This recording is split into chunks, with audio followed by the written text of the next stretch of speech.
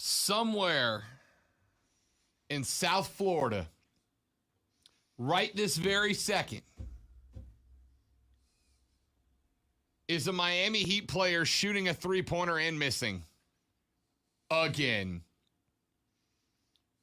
Miami, what are you doing? Miami, what are you doing? How Lonzo, you know, I'm a persistent guy. You know, I'm a persistent guy. I am known to keep trying to do things even after I failed a number of times. I'm a persistent guy. I try to keep making things happen, even when folks say, Rob, you are beating your head against the wall for no reason. I'm a persistent guy. I try to make things happen when they're not happening. I try to make things happen when people say you should stop, you should give up. I wouldn't be here in the lovely upstate of South Carolina if it wasn't for the fact that when people have told me, dude, stop, I didn't stop. I kept going because I believe in this dream and this is what I want to do. But I got to tell you, Lonzo, at some point, Eric Spoelstra has got to look at the Miami Heat, who went 7 for 45 on their own court from the three-point line. They made 7, though. 7. They tried 45 times. Now, I got to tell you, if I have a better percentage over there with the trash can than they do. And we put the trash can under the table, and Lonzo does better than 7 for 45. 7 for 45. Like if you're Eric Spo. And for the record, both Lonzo and I have given Eric Spoelstra a lot of credit for being the coach that he is. Because he is a good one. We have both given Eric Spo a lot of credit for being the coach that he is. But at some point last night, and I don't know, maybe I'm too big for my own britches. But at some point last night, you have to assume that Eric Spoelstra would walk into the huddle and go, fellas, I love you all as people. I respect you all as basketball players. But if you shoot another three-pointer, I'm going to murder you. I am going to take you in the locker room and beat you with a spork. Or just like put him on the bench. Well, I mean, that's a less extreme way to do it. That's not dramatic enough for me. Okay. You know? I need well, in the NBA, a benching might as well be all the other things that you're talking Seriously. about. My guys, Miami, look. I had to tell you, so that game was damn near unwatchable last night. You know how unwatchable that game was? So ordinarily, the lady friend hits the bed around 8:30, 9 o'clock. She's a early to bed, early to rise, makes a woman wealthy, healthy, and wise. I, on the other hand, am like, hey, just downloaded the Guardians of the Galaxy game. I think I'll play till about, 3:30 in the morning. I'm the exact opposite. She went to bed last night. I stayed up. I'm like, yo, all right, Heat Celtics. I got to watch this. This is a clutch game. Winner of this game forces the other to the brink of elimination. I got to be here for it. So I turned on that game. And then, about 30 minutes into that game, I also went to bed. Now, I put it on. We're the bad decision makers that have a TV in the bedroom. Don't do that. But we got a TV in the bedroom. I turn this game on. I start watching this game. I fell asleep during this game. I don't fall asleep during NBA playoff games. I love NBA playoff games. I don't pass out during them. I was out. About midway through the third quarter because it was boring as hell. If I wanted to watch somebody go 7 of 45 from 3, I just head down to the Y myself after the show and get some work in. And get that dude that yells Kobe or money every time he takes a shot and it never goes in. And goes 7 of 45. And you know what we don't do with that guy? Call him an NBA player. 7 of 45 from deep for the Heat. Tucker 1 of 5, Butler 1 of 5. Well, you know, Rob, that's what's wrong with the game today because, you know, the 3-point is so important and people can adjust their game. And when they're not hitting those, decide to, you know, hit the paint, go to the hoop, that sort of thing. Listen, I'm going to tell you this. I'm a little mad because I was driving into work this morning and I heard DA talking about this. And one thing that kind of sucks in this line of business, there's only like 3 things. But one thing that kind of sucks in this line of business is that you might come up with a take and somebody else who just happens to be on an earlier time slot runs that take out. And now when you get on the air, people are like, oh, yep, there's Rob ripping people's takes. DA this morning, as I was driving in, absolutely had already run the take that I put together last night, which is this. The 3-pointer is an invaluable tool in the National Basketball Association. It is an invaluable tool to the teams that are able to hit it consistently. Steph Curry is a monster because of his ability to knock down the 3 and take it from being a part of the game to a weapon within the game, right? That is why we celebrate guys who are exceptional 3-point shooters. Guys like Steph Curry. We celebrate them because the 3 can be weaponized in the NBA. It can be a dagger for an NBA team. The problem is some teams rely on the 3-point shot. Some kids rely on the 3-point shot to the point that it is detrimental to every other style of offense, right? If you go 7 of 45 from the 3-point line, and by the way, Bam Adebayo, 18 points, leading scorer for the Heat last night, and the only guy on the team, I repeat, the only guy on the team that was 50% or better from the floor or close to it. Here's number for you. Kyle Lowry last night, Lonzo. Kyle Lowry was 0 of 5 from 3, 0 of 6 from the floor, put up 1 rebound and 3 turnovers. Now tell me why it is that Kyle O'Reilly, my worlds are bleeding over. DA had Tony Khan on this morning. That's why I said that. You know, CBS Sports Radio nationally decided let's get the AEW guy on here. Wait. So the owner of a wrestling organization was on a national radio show?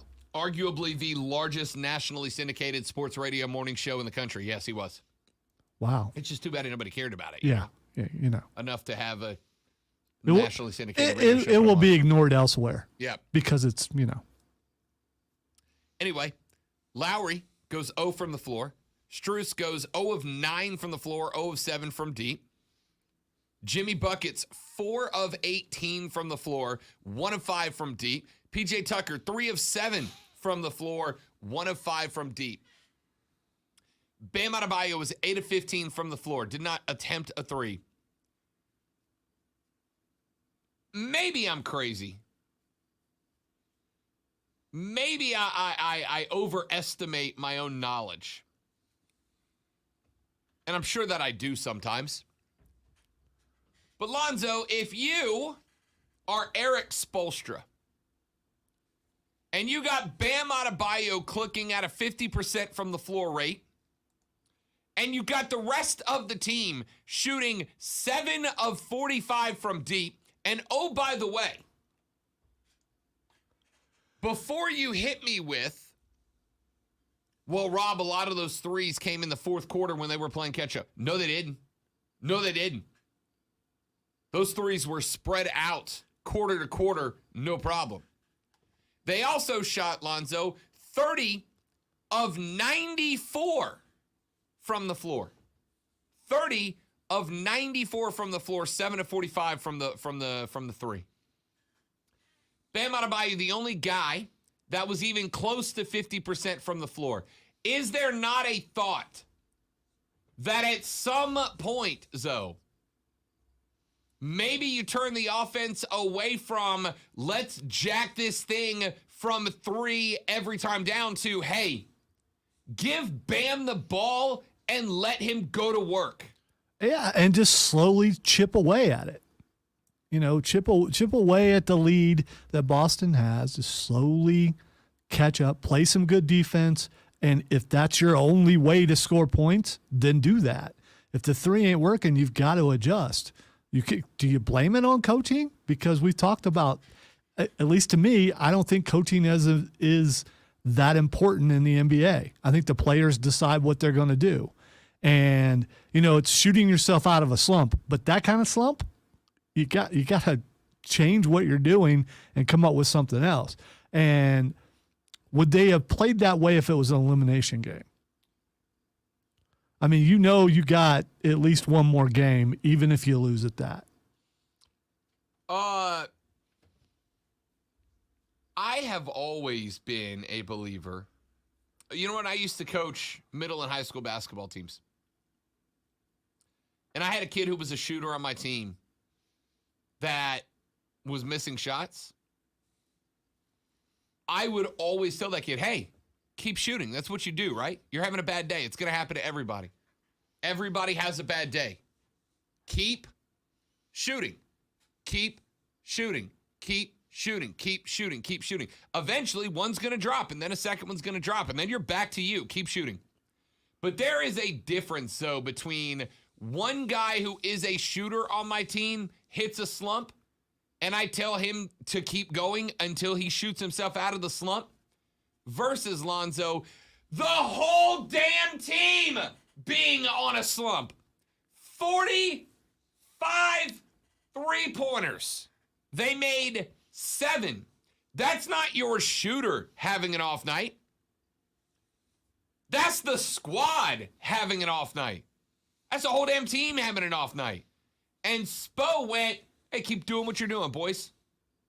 Keep doing what you're doing. Boston got to a point where they hit that 17, 20-point lead. And they did not have to fight to keep the lead, right? Basically, it was grab the board, off the 3, get down the floor in numbers, and then either set up the offense, get it inside, get one of those guys to foul, put us on the line, or turn around, go up right-handed, knock the bucket down, and we don't have to fight to keep a consistent lead. They are doing it for us at this point.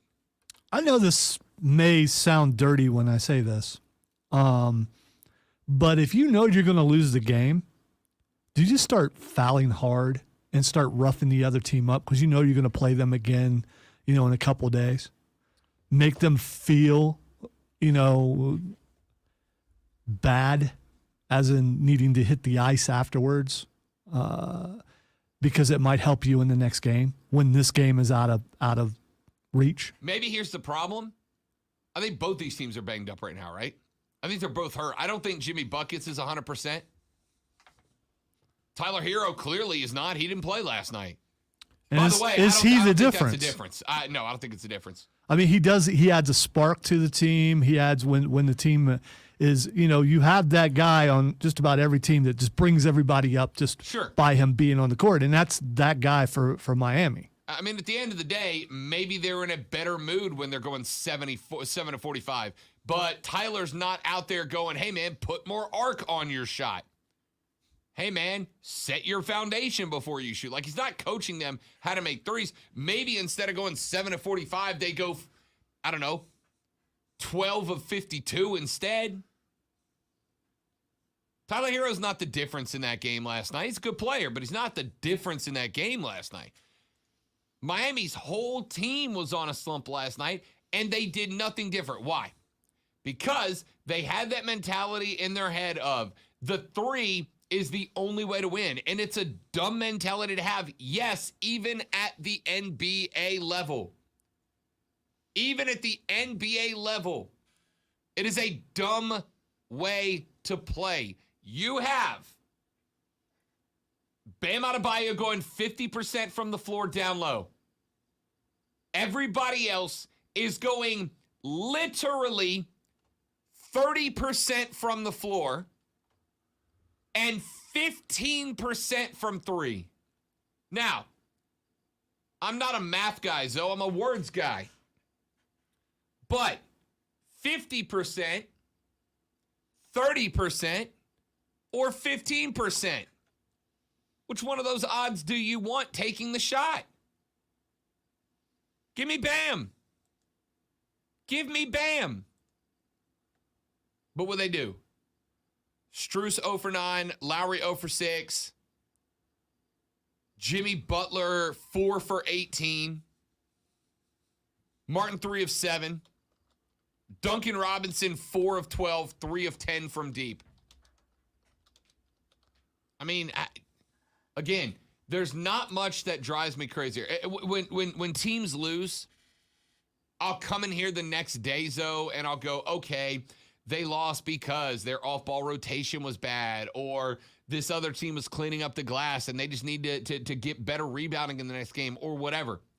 And I feel like ordinarily you got to do a little bit of you got to do a little bit of analyzing. You got to look into the data. You got to dive down and know what you're talking about basketball-wise to make that happen. I don't with this one. The hitter banged up. They missed everything they threw at the rack. They would not stop trying threes when the three-point shot just was not there in their own gym, right? It just wasn't there, and they just would not stop trying. Oh, well, the Celtics are up 12. We better. No, stop trying to three. It's hitting at a 15% clip. I could give you 100 three-pointers in that game, and you still lose the game. What are you doing? What are you doing? All right. Let's take a break. Rants like that I know aren't great for radio. But my goodness, Miami. You embarrassed yourselves last night, right? You embarrassed yourselves last night. You're in the conference finals. And that's what you did with the basketball. My goodness. Third quarter, Boston outscored Miami 32-16. There's your ball game. Texter says, fan, take me back to those 90s NBA playoffs. No, normally the old basketball's better basketball takes kind of aggravate me. But God, play inside, Miami. Back after this on the Rob Brown Show on the Fan Upstate.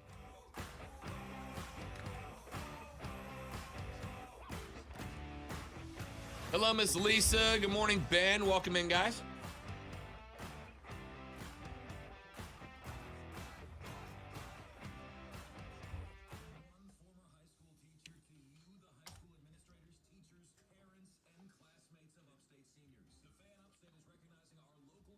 So I gotta say, my biggest problem with the pictures, although they're not that bad, is that because of my hair's look, I think I look like Weird Al a little bit. And that's, that's not a horrible thing. No. And I thought I had my glasses off and I didn't. So that just adds to it with how curly my hair is at that moment and the guitar and everything. But, we do look like we're having fun. So, there's that. Oh, I had fun.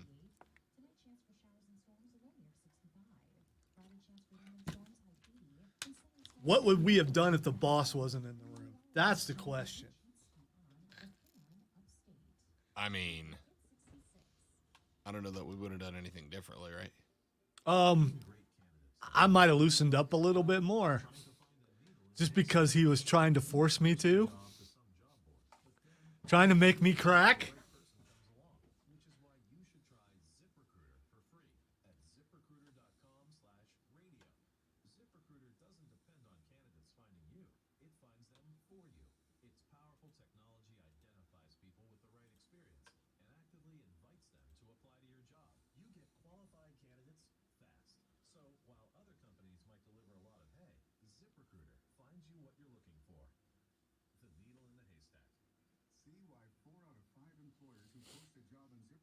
You probably did, Ben.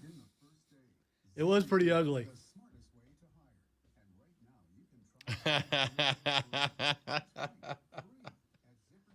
Yeah, 100%. I'm guessing that Mark and Rob had better percentage at the Clemson Media Day shooting Papa Shot or whatever that was. There was only one person in the media who beat me a Papa Shot. And it was Clemson women's basketball's greatest three-point shooter of all time. She's the only one that beat me at Papa Shot. Well, there you go. They brought in the ringer for that. Well, you can't blame them. Not at all. I mean, that's what you got to do. Not at all.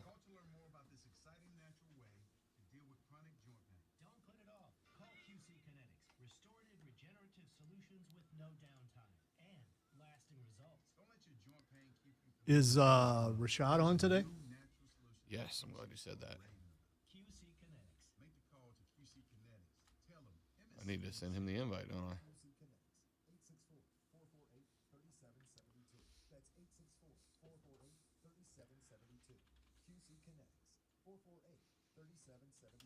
Hey, good morning. You're headed to the airport, right? Yep, thanks for checking. I like the car. How long have you been a rideshare driver? About 3 years now. I really enjoy it. Isn't it hard to make money these days with the price of gas being so high?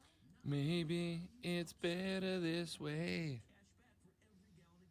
We heard each other with the words we're gonna say. Fun back when you get gas with the Upside app? We could have been so good together. Does that actually add up to anything?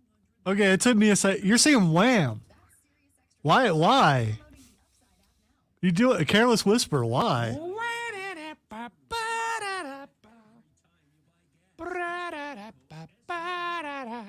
Should have known better, Rob. I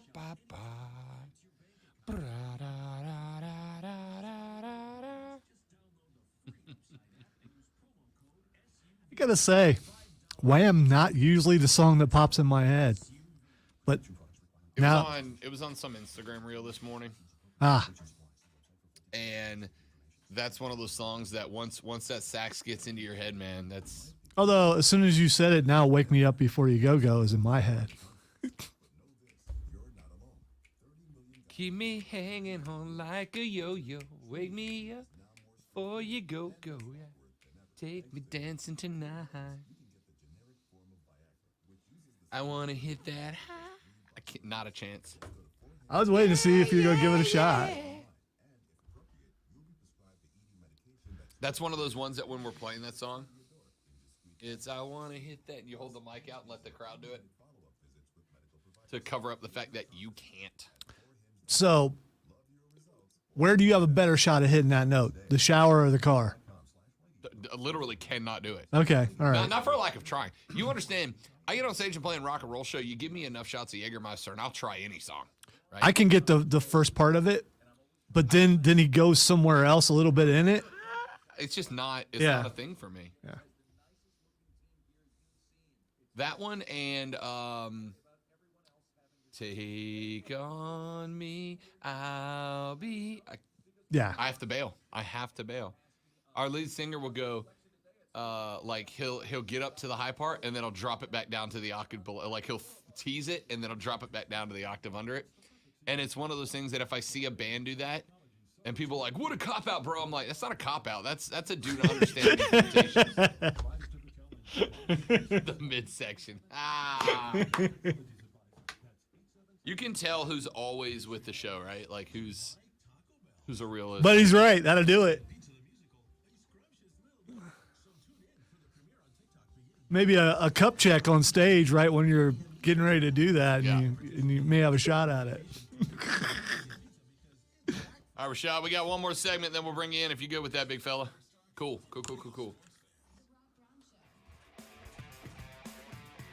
All right, short segment here because we got Rashad Beard of the Panther Nation podcast joining us coming up in the next segment. But,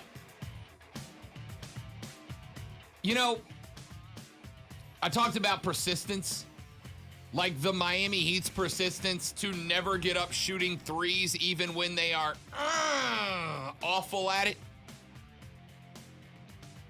I have watched this Tom Brady video that dropped yesterday towards the end of our show. Yeah, I'm sorry I sent it to you now because I saw it was like, yeah, okay. I made a break in the case, Lonzo. Did you? I made a break in the All case. right. You were on it as a And former. you're going to be very happy with it. As a former investigative reporter, I'm not surprised that you were able to find out the truth about this. You're going to be very pleased with my break in the case as well. So, if you have not seen it yet, there is a video going around of Tom Brady on a golf course yesterday as he prepares for the match.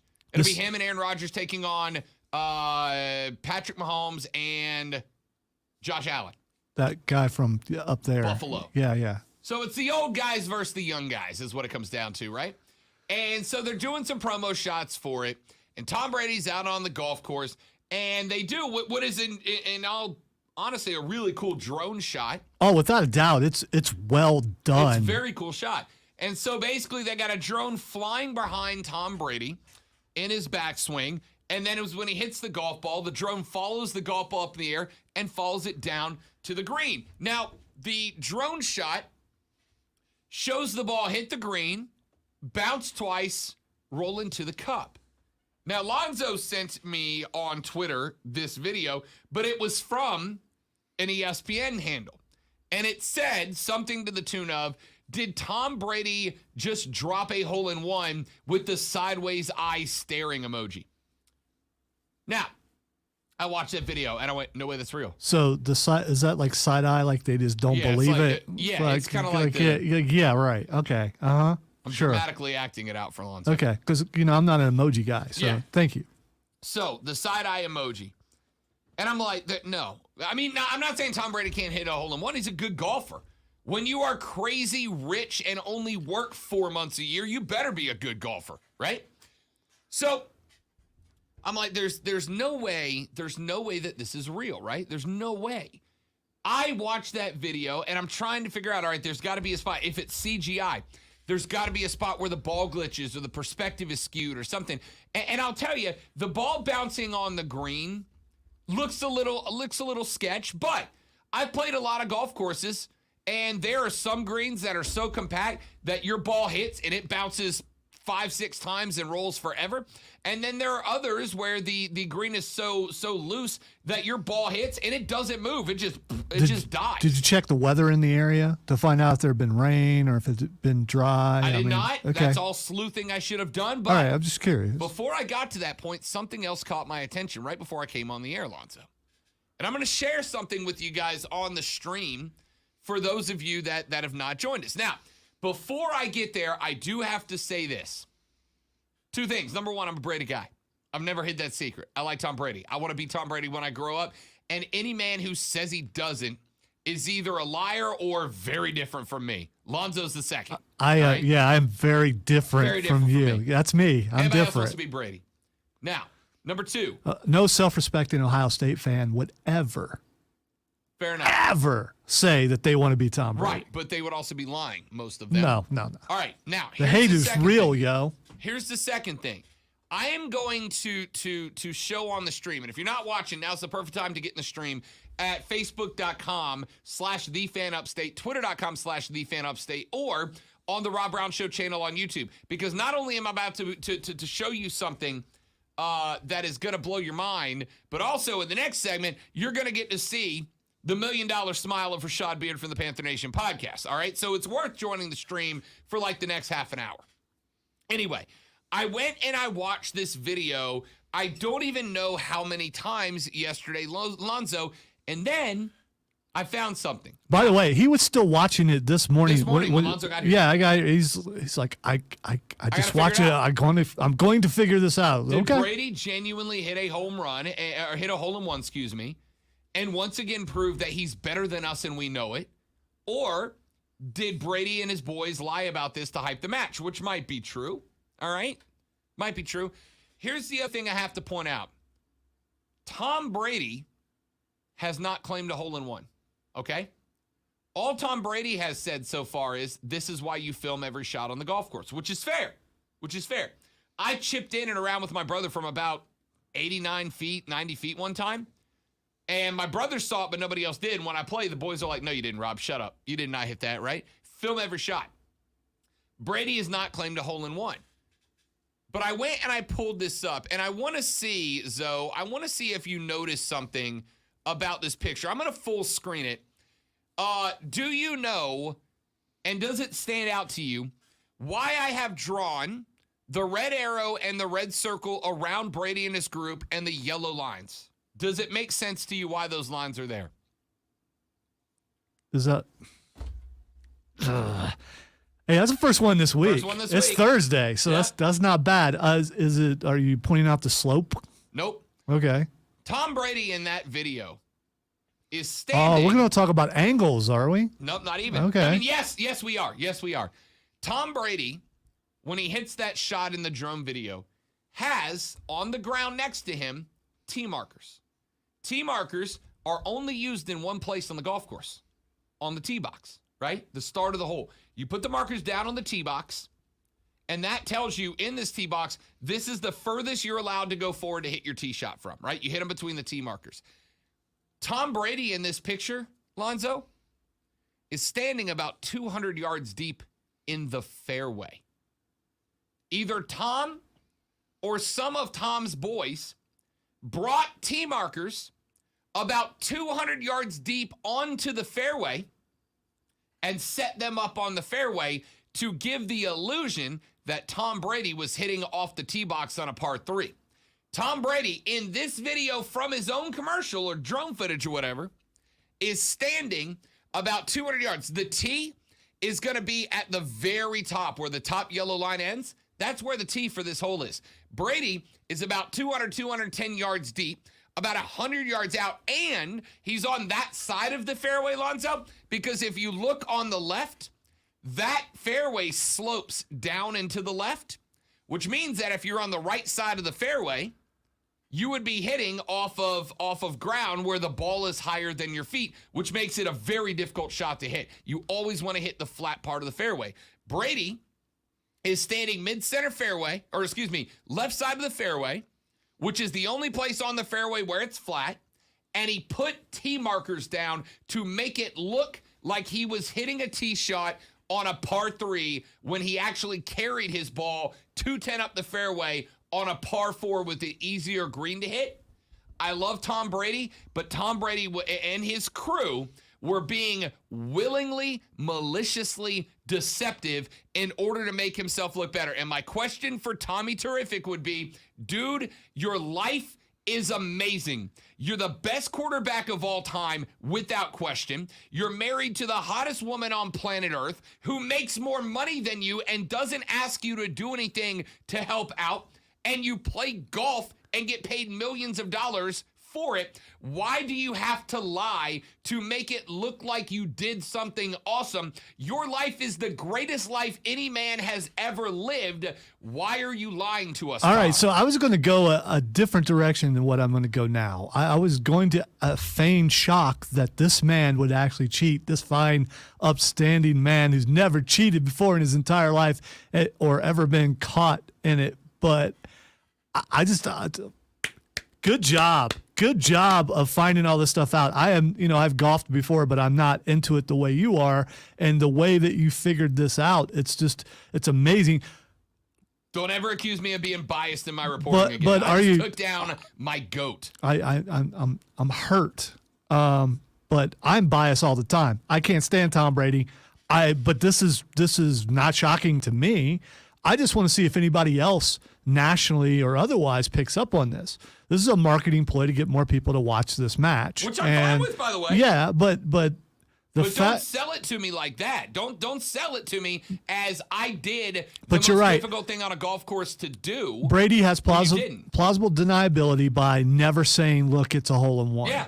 So, and he never did. but- which is either also smart marketing or Brady's the only honest one in his campaign. But he knew those tee markers were down and he knew what they were there for. And he said he let it go. Even if it is a par 4, like you were saying, that's still an amazing shot. It's a great shot Yeah. if it's real. I also still can't prove that it's not a CGI shot. Yeah, it's an amazing shot. You're if caught it's real. cheating one place, you're probably cheating the whole way Bingo. around, more than likely. Let's take a break. When we come back here in just a minute, Rashad Beard is the host of the Panther Nation podcast. He's going to join us. We'll check in to see what the Rooks look like in the silver and blue. That's next. Rob, Lonzo, Rashad, you. The Rob Brown Show's on your radio. This is the Fan Upstate.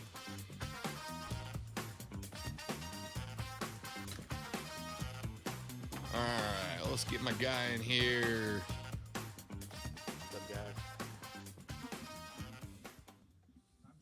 Rashad, that's detective work, son.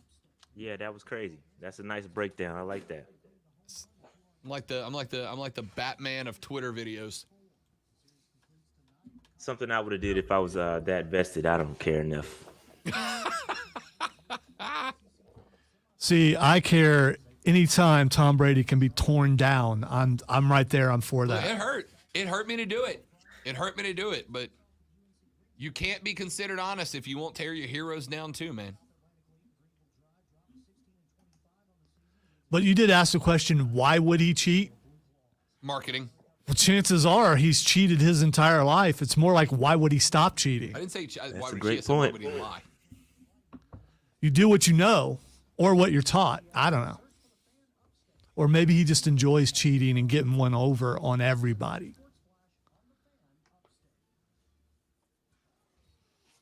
Your comparison between him and MJF are spot on.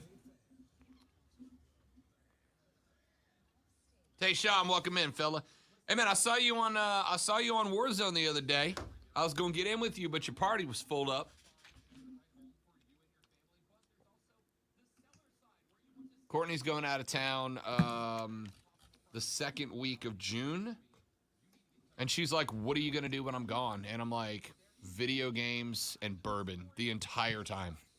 That's it." She's like, "You're not going to go out and party?" I don't think you understand. I'm 37 years old. I just want video games, pizza, and bourbon, and I'm going to be thrilled about my life. But by the way, there's an open seat for you if you decide you just want to come in and hang on Saturday. Yeah. She will be gone on that Saturday, so I will be there. And then that thing that you want to make happen, you could do that day, recording something. Oh, gotcha, yeah. Yeah. Yeah, but I would say book that.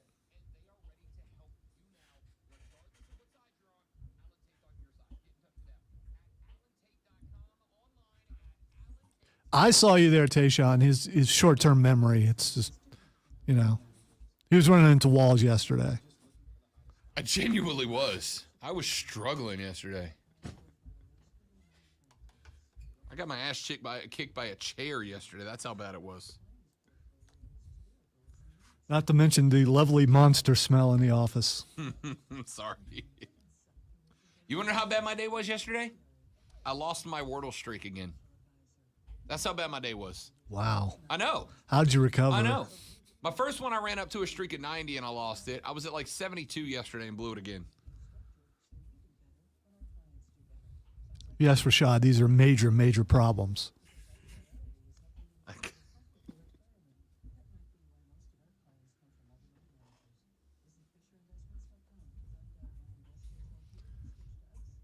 See, I had that basketball game on, but I was playing a game at the same time, looking over going, this is bad.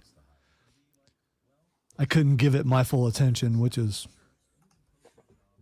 smart, I think.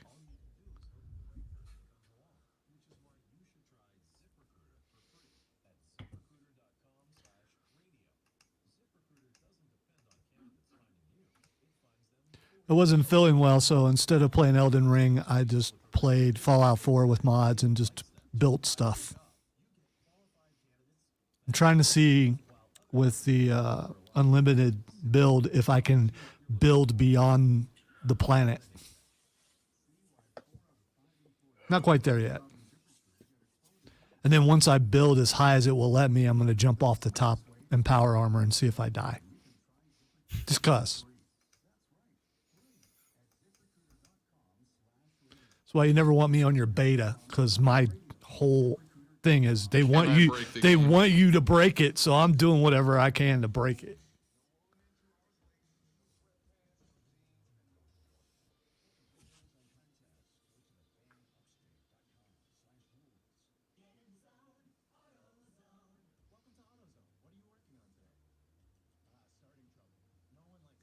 Did they really? Is it straight up co-op, Tayshaun, or is it just you come in, beat a boss, and like it has been? If it's straight up co-op, that's cool. I might be willing to get back into it if it's straight up co-op. Or try it again, I should say. Well, now I got research to do before Saturday. Not tonight though, because Rashad, you game at all? Man, I used to. I'm washed up now. I don't have time. he's retired. I don't have time to game, man. Me either, but I do it anyway. I have a PS5 over here. I don't play. So You know, I got something other people can't get, but Right, I know. you know. I shouldn't have said that. I know I shouldn't have said it. I play it sometime. My daughter plays. I don't play that much. So that's why, dude, I got to get you into Warzone. 7-8 minute games, then you're back out. You're done. You can pop in for 7 minutes at a time. Call it. Yeah, a night. Dave is the gamer, man. He's that guy. Plays. Yeah, a lot. All right, Tayshaun says it's straight up co-op. I'll try that. But then you got to choose your co-op partner well, because do you want a ringer in there? It's just going to kill everything and just take the Yes! experience. I don't know. Yes, because I can't kill a damn thing.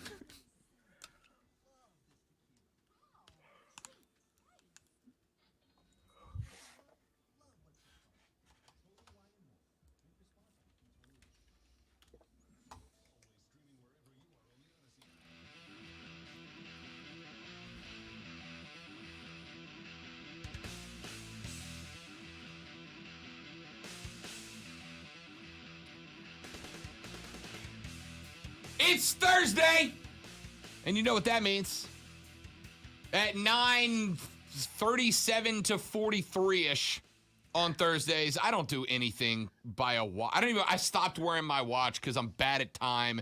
We are joined by one half of the host of the Panther Nation podcast. We are joined by my guy, Rashad Beard, to talk a little Carolina football. Make sure you're following them on social media at Panther Nation PC, but more importantly, make sure you are subscribed to their YouTube channel, Panther Nation Podcast. Subscribe, like, hit the little bell. Rashad and David Rhodes go live all the time to keep you updated and give you their thoughts on everything Carolina Panthers. Rashad, what's up, big fella? What's going on, man? Good to be back.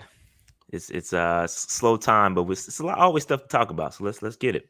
Always stuff to talk about, man. And one of those things is we're starting to see guys show up, at least in helmets and shirts. And I got to tell you, I thought about you. I kind of chuckled on Tuesday because I was reading through one of the Panthers reporters I follow, and they were gushing about how good Sam Darnold was spinning the football in a T-shirt and a helmet. And I thought, I've played this game before, dude. Like, I fell for this game because I went to camp last year. You and I both were at camp at Wofford last year. And I was gushing on Twitter. I'm like, yo, maybe Sam Darnold's the guy, right? They got him out of there. Talking about how good he was spinning the bean last year in shirts and a helmet. Are people falling for the trap again this year, Rashad? Yeah, I don't know that people are falling for the trap. I just know that, of course, everybody's going to look good at this point. And, you know, it's nothing. I would take everything I see right now with a grain of salt. But I will say that, you know, it's one thing to play with no pressure. Last year, he had no pressure. He was the starter. Now we've gone out and made these moves. And now he has somebody tapping on the shoulder, waiting for him to mess up. And I feel like that'll do something to you. That'll do something to anybody that has any ounce of competitive spirit in them. So is he going to come out and play better? Probably. I wouldn't be surprised if he came out and looked good in training camp and looked good in preseason and looked good the first couple weeks. He's got confidence from the coaching staff. Everybody's saying he's the starter.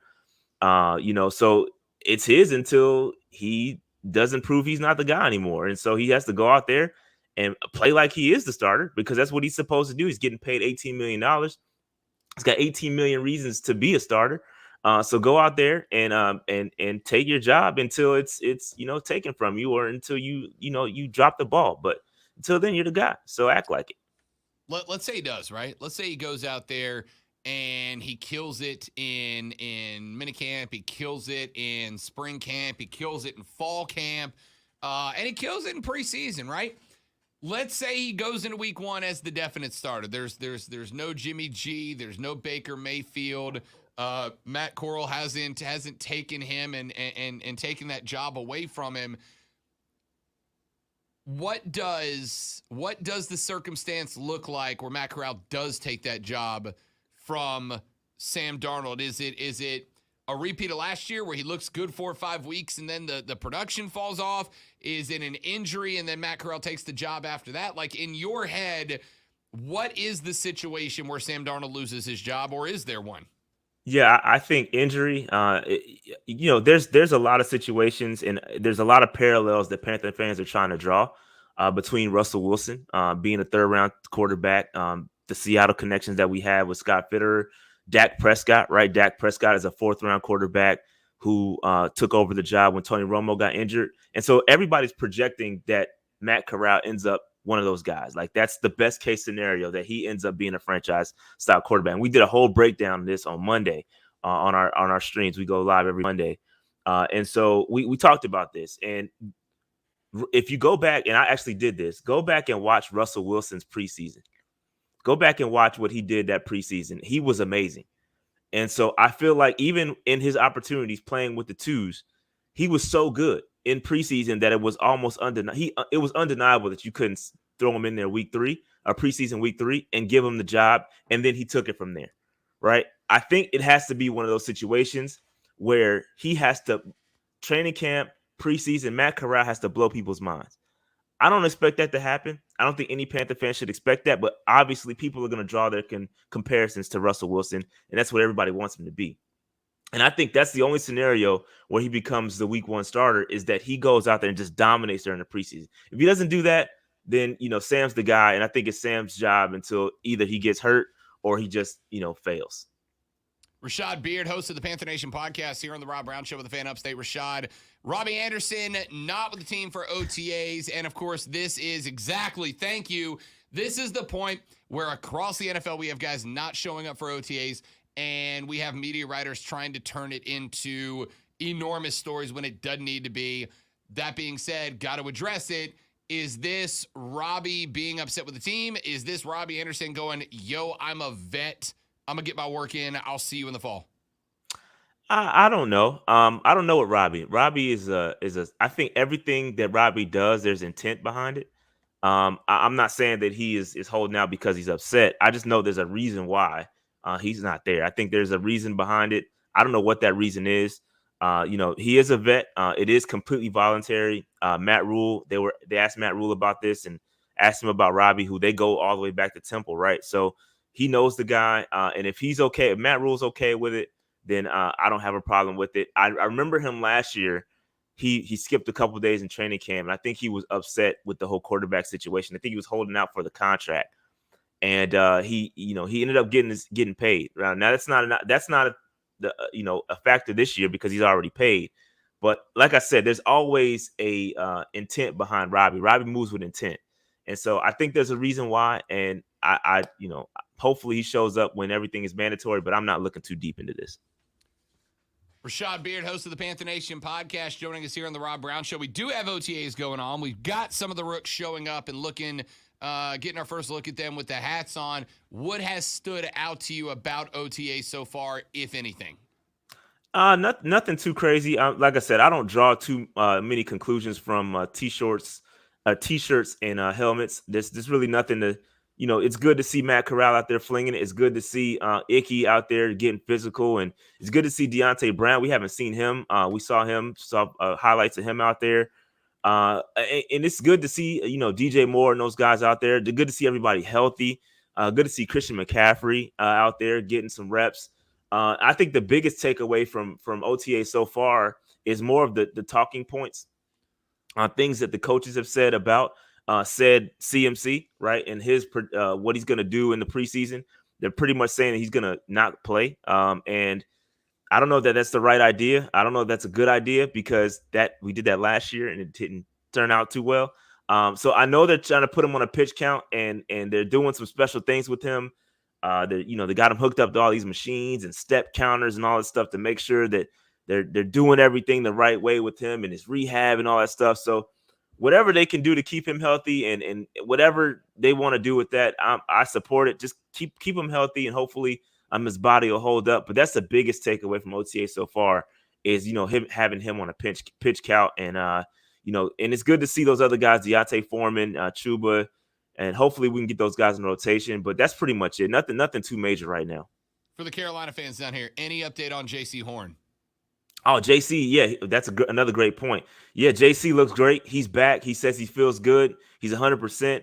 And it's just modern medicine is just crazy, man. This guy had a really ridiculous injury last year. Luckily, it was early during the season. I think week 3 or week 4. So he sat out the entire season, but he's back a full year. And it's like he never got injured, man. It's ridiculous how modern medicine works right nowadays. So he's good to go. I'm excited, man. That's a guy I'm really excited to see. That was going to be my question. How big is he in the defense this year? Oh man, huge, right? He's huge. Like he's that other cornerback. He's the cornerback, right? He's the main guy. We took him top 10, so we expect him to be out there and be dominant. He was doing that in the first 3 weeks that he was with us. Went down unfortunately, and I look forward to him picking right up where he left off because I think he's that good. Him across from C.J. Henderson and Dante Jackson, man, this secondary is something to be excited about. Keith Taylor, who was also good last year, albeit a rookie. Jeremy Chin, Xavier Woods now added to that. I really like where we are, and the secondary is one thing to be excited about for this team. It's the strong point, and I'm excited to see J.C. Horn back. So it's a great point. He looks good. He's out there. He is Rashad Beard, half of the hosts of the Panther Nation podcast. Again, follow them on social media at Panther Nation at PC, but more importantly, subscribe to that YouTube channel. They are my go-to dudes for Carolina Panther football talk. Rashad joins us every Thursday to talk a little football. Rashad, my dude, appreciate it. Thank you very much. We'll talk to you next week, big dog.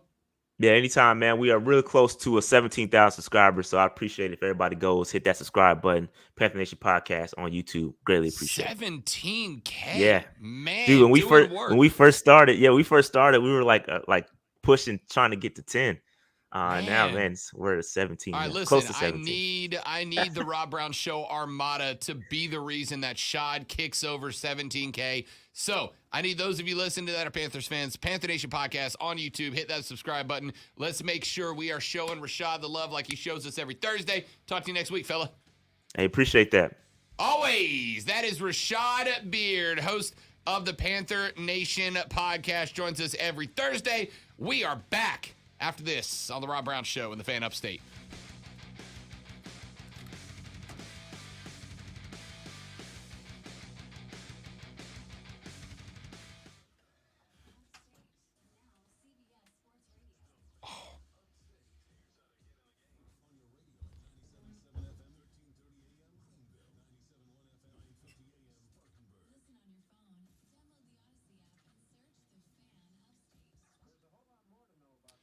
See, that's just it. That's the stuff when you lose me, Tayshawn, because, again, I'm bad at it, right? I'll tell you what I have been doing is going into Cold War and going into Modern War and just upping guns. And I've been using I'm trying to get the car ranked up, right? Because I want to use the car in Warzone. Just because with Warzone, with Caldera, there's so many good sniper spots that if you can clear them out, you can hold it down for like a while if you catch a good circle.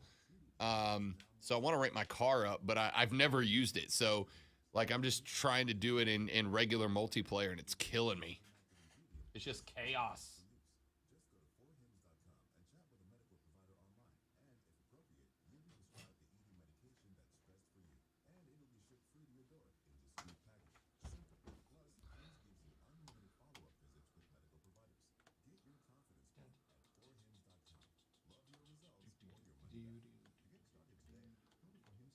Did you put the jazz on in the bathroom? I did not. Was there jazz on in the Oh bathroom? yeah, there was a killer horn section going when I got in there. That was not me, but I love it.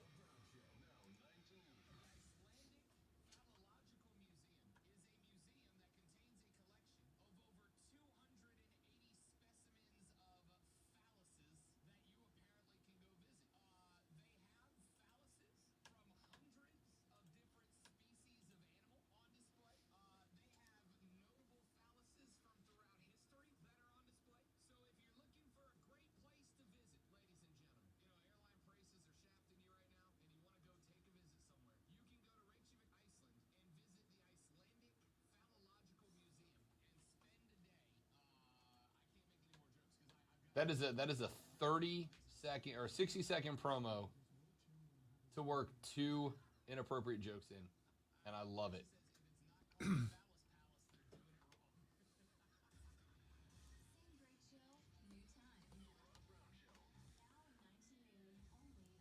It is abhorrent. It is irreverent. It is should not be on the air. And yet, It is because you know.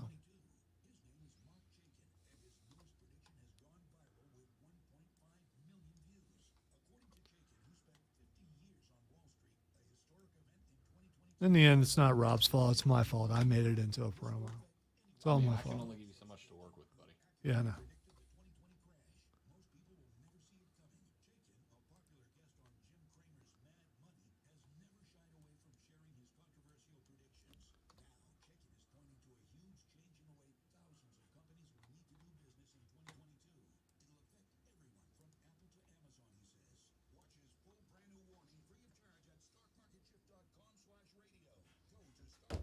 I will not be on Saturday, unfortunately. Actually, I won't be on this weekend at all.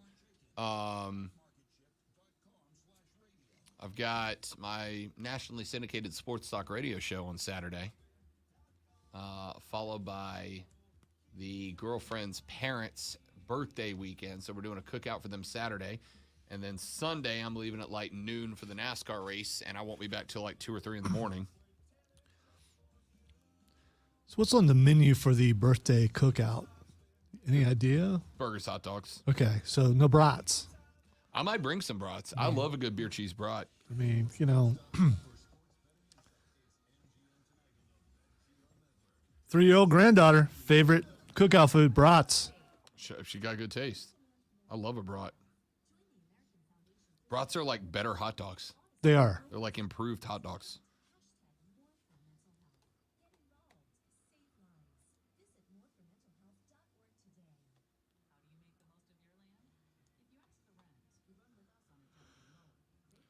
Yes, indeed, Tayshawn. And trust me, I would love a day off. You know, I say that like I'm not the one who sets my own Yeah, schedule. And by the way, yesterday got a phone call from Odyssey Corporate asking me if I would be interested to host a Panthers and Saints podcast distributed on Odyssey. So I may be adding another 2 to 3 hours of broadcasting to my week, dude. which is fine, which is great. Uh-huh. Okay. Correct. Okay. Uh-huh. 100%. As long as you got that, Yes. then yeah. Good for you. You're going to get even more famouser. I'm going to get even more busier. But again, I'm doing what I love to do, so I try to keep that in perspective. A lot of people are very busy not doing what they want to do, doing what they have to do instead. I am busy doing what I want to do. And I'm very fortunate for that, and please don't think I take it for granted. I'm so glad that you were able to come here to this fine place and get all these opportunities. You and me both, buddy. You and me both. The alternative is I'd have been working in and this actually would have been fun, but the alternative would have been I'd have been working in a Guitar Center selling and restringing guitars for a living.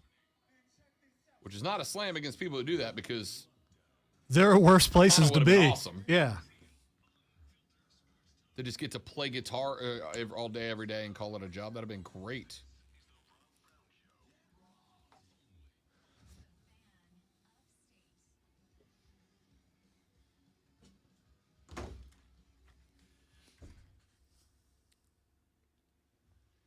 Here we go, our numero dos to the Rob Brown Show's right here on the Fan Upstate. Hello, Upstate South Carolina. Hello, America.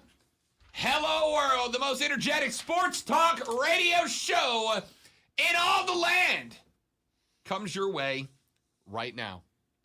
I am Rob. The great one, Lonzo, is on the other side of the glass, both literally and metaphorically. And you're you. Listening on digital devices and radios worldwide. We are glad to have you back for another hour of sports talk broadcasting excellence. Glad to have Rashad Beard in the last hour. Also, it's Thursday, and you know what that means. Coming up in a touch over an hour from now, Lonzo brings you Fight Club. Your home for all things combat sports, MMA, boxing, professional wrestling, and more every Thursday at 11:20. So make sure you stick around for that Fight Club coming your way in about an hour and 18 minutes from right now. You're going to want to be here for it if you are a boxing, wrestling, or MMA guy. And if you're not, you're missing out. Hang out with us anyway. You know? Hang out with us anyway. We're still going to have a good time, Yeah. you know? So, I mean, there's that. Yeah. Like we're not going to we're not going to not do it, you know? We're still going to do Fight Club. So you might as well enjoy it. Have some fun. Relax. Talk some boxing, talk some wrestling. If you're not into it, you know, just listen and make fun of it. Yeah. Just still listen, though. Yeah. We make fun of our own show all the damn time. We're very good at it, as a matter of fact. All right. We also make fun of other shows, too. We make fun of every show. But it's out of love, you know? It's out of love. Real quick, wanted to throw this out there. John Gruden's lawsuit against the NFL and Commissioner Roger Goodell. Big update from yesterday. The commish and the National Football League requested a judge in Nevada to dismiss John Gruden's lawsuit against the league and against Roger Goodell. And the Nevada judge instead ruled in favor of the former Vegas Raiders coach, saying that the two separate motions filed by the league and Goodell, both of which were apparent attempts to head off a very public legal fight between Chucky and the league, would not get tossed, would not go away, and instead, those lawsuits would stay in action. The league had asked Clark County District Judge Nancy Alf, A-L-L-F, not your favorite cat-eating alien. That's an Alf reference, Lonzo. I don't think we've had an Alf reference yet. Changed her name because, you know, just added a letter in there. Yeah. People do that sometimes. Your second favorite Alf, a Clark County, Nevada judge. Anyway, the league asked Judge Alf. I'm assuming it's Alf. It could be Alf, right? It would be Alf, right? Yeah, but you can't say it without laughing. No, I can't. To either force Gruden's lawsuit, which alleges the NFL deliberately leaked some of his emails and not others to the news media, into either A, private arbitration, or B, to dismiss it altogether. And she denied both requests.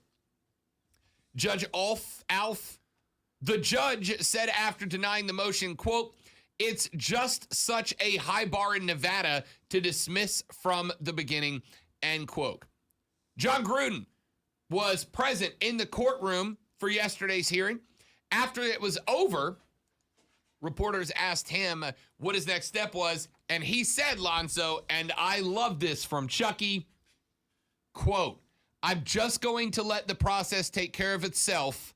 Go Raiders," end quote. My dude is suing the Raiders and the league and still dropping "Go Raiders" at the end of it. Well, his people are still there. His the guys that he helped bring in and all that kind of stuff. So we said when this whole thing came out that it's kind of peculiar that John Gruden's emails are the only ones out of those 1,000 and something, or whatever the exact number was. 460,000. Okay, so it was a lot. I told you I couldn't remember. There was a few. Yeah, that his are the only ones that got leaked. It's funny, the NFL probably thought this thing would be done. Yeah, listen. This is not going to take the NFL down, but it could, take down Goodell or some people in the NFL for sure. Here's what I think.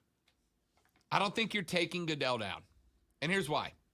I really don't think Roger Goodell I don't think you're going to get dirt on Roger Goodell, right?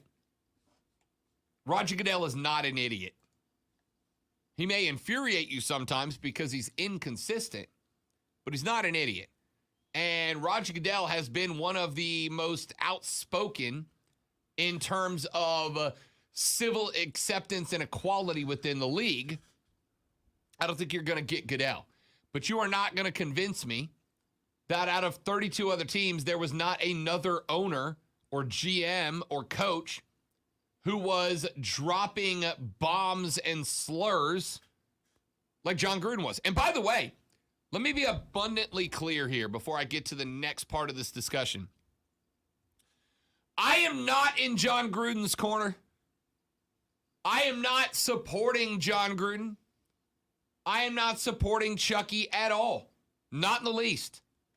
I got no problem with John Gruden being unemployed. None. What I do not support is hypocrisy. What I do not support is people preaching one thing and doing another.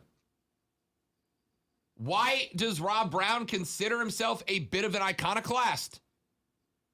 Because Rob Brown does not care what position you are preaching if you are a hypocrite, and will call you out on that. I don't care that John Gruden is unemployed after the things he said and the way he said them. I got no issue with that. That is not being canceled. That is having consequences for bad behavior. You want to talk about welcome to the real world? There it is. What I will not support is if the NFL did indeed have 460,000 emails in their hands, did indeed have other, perhaps more established people in their league that also had these type of emails sent back and forth and kept those under wraps while Chucky's were dropped. And keep in mind, the rumor, the smoke before all this happened was that John Gruden is not a fan of Roger Goodell, and Roger Goodell is not a fan of John Gruden. And so John is alleging that the NFL, and I don't know that he specifically says Roger Goodell, but I'm sure he's insinuating it.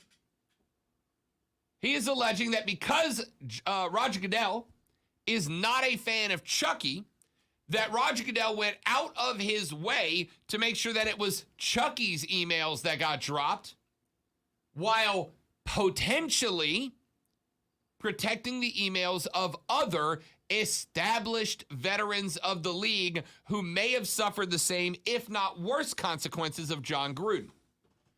Now, again, I am not, N-O-T, not sympathetic to John Gruden. I'm not. John Gruden gets no sympathy from me. However, I am glad that his lawsuit was not dismissed or forced into private arbitration. If it was forced into private arbitration, the NFL could have come out to an arbitrator and said, yeah, man, here's the deal. This, and this happened. We're willing to give Chuck $10 million to go away, but Chuck's got to sign an NDA that says, I won't talk about it outside of this. And then we got to rely on the ethics of John Gruden to turn away a $10 million settlement from the NFL or whatever it's going to be to come out and go, yo, in this arbitration. And honestly, I'm not a lawyer. I don't know if he's even allowed to do that. I don't know if you're allowed to go through a private arbitration and then talk about that arbitration after you come out the other side if you don't accept a settlement. I don't know how it works. But if you're a guy who talks a certain way and the thing that got him in trouble, and you know everybody else does too, don't you stick to your guns and take the whole thing down? So you're talking about hypocrisy. If you know for sure that there are emails in there of people saying what you said or worse, you stick to it. And you got to assume, I guess you don't have to assume, but he probably has plenty of money. He's had several really big contracts, including in TV. So if he took care of him, he probably doesn't need money anymore. So this is about making sure that everybody is getting away with it, gets caught. Maybe so. And again, I don't know. Like I said, I'm not a John Gruden guy. I don't support John Gruden. I don't have sympathy for John Gruden, but it's not about that. And I don't think you have to even point out that you're not supporting John Gruden. It's about supporting the truth. Yeah, no, I want the light shined, because I don't believe there's anyone out there who believes he's the only one. No. That's like that. And I don't either. Yeah. I mean, come on. And it's so suspect that he's the only one that the leaks just happened to be his. And a guy who it is very public that Roger Goodell does not like, right? A guy in John Gruden. Listen, it's been known for years that John Gruden spoke like this and used specifically homophobic slurs. And I've told you guys in the past, the story is that Roger Goodell has an openly gay brother. And Roger Goodell has, since he's been in high school, been fighting battles, sometimes literally, to stop hate and discrimination being gunned towards his brother. And so that is something that is very personal to him, which is why it would make sense that he's not a big fan of John Gruden, a guy that we now know is not all that intelligent about not putting homophobic slurs into emails, right? So I'm glad that John Gruden's lawsuit got brought into the light of day, or is going to be kept in the light of day by this judge in Clark County, Nevada. I'm glad that's happening. Not because I'm pulling for Chucky to win the lawsuit, although I am in a weird way, right? Because it's kind of like, if Chucky wins the lawsuit, Chuck's going to get a lot of money from the NFL, which, okay, bummer. But if Chuck wins the lawsuit, it's going to mean that Chuck was able to prove that the National Football League had other rats that they kept hidden in the corners while they exposed one. And if that is the case, I will be the first dude in here the next day calling for a league-wide clearance of anybody who was in on that, Roger Goodell at the top of it. Despite the fact that Roger Goodell is the guy who kind of is in charge of all this. If Roger Goodell went out and put John Gruden's emails on blast in the public media, but then kept hidden the emails of other more established NFL guys in order to protect his guys, then Roger Goodell's every bit as guilty as John Gruden, and he needs to get thrown on his ass too. Right? That's why this is intriguing to me.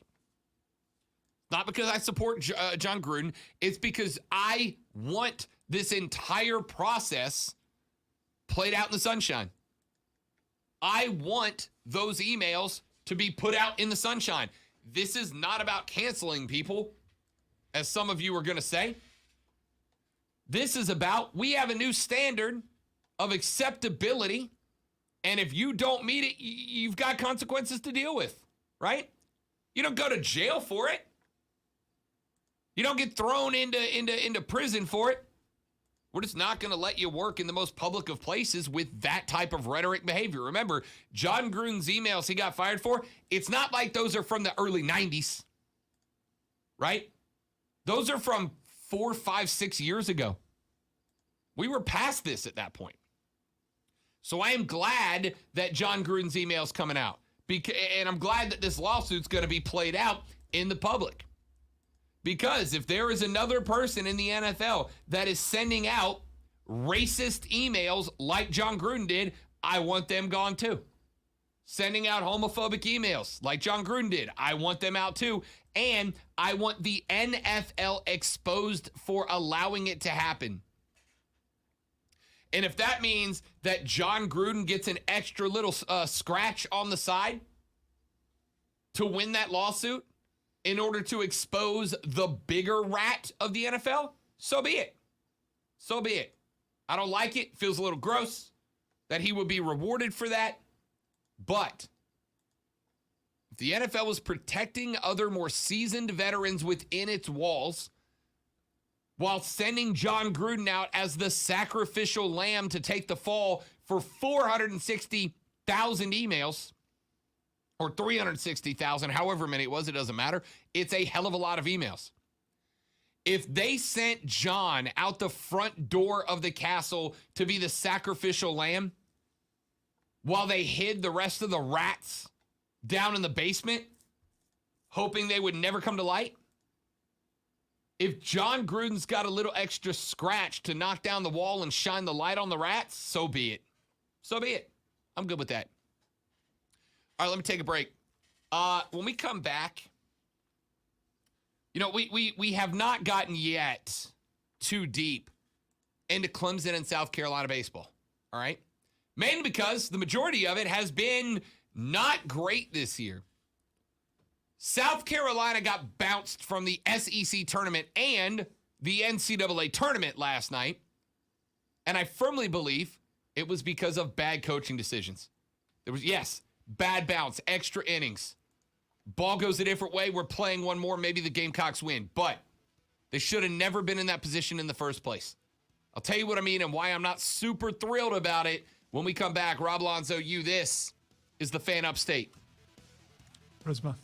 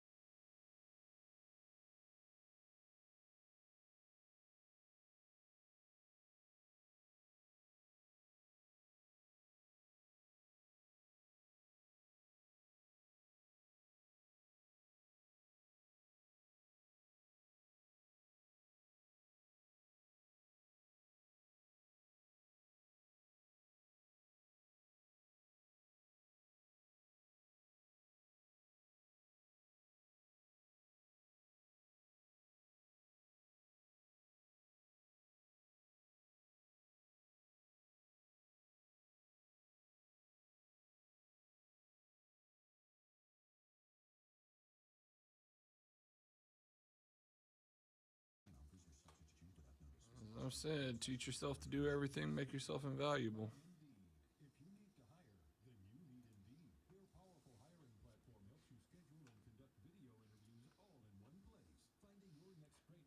Hey, Stephen, we're here. We just, extended break. We had important business things to discuss.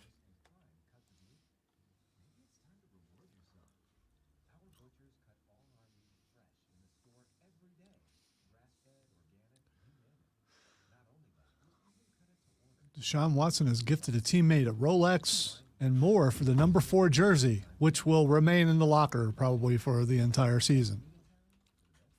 The story didn't say that. I just, You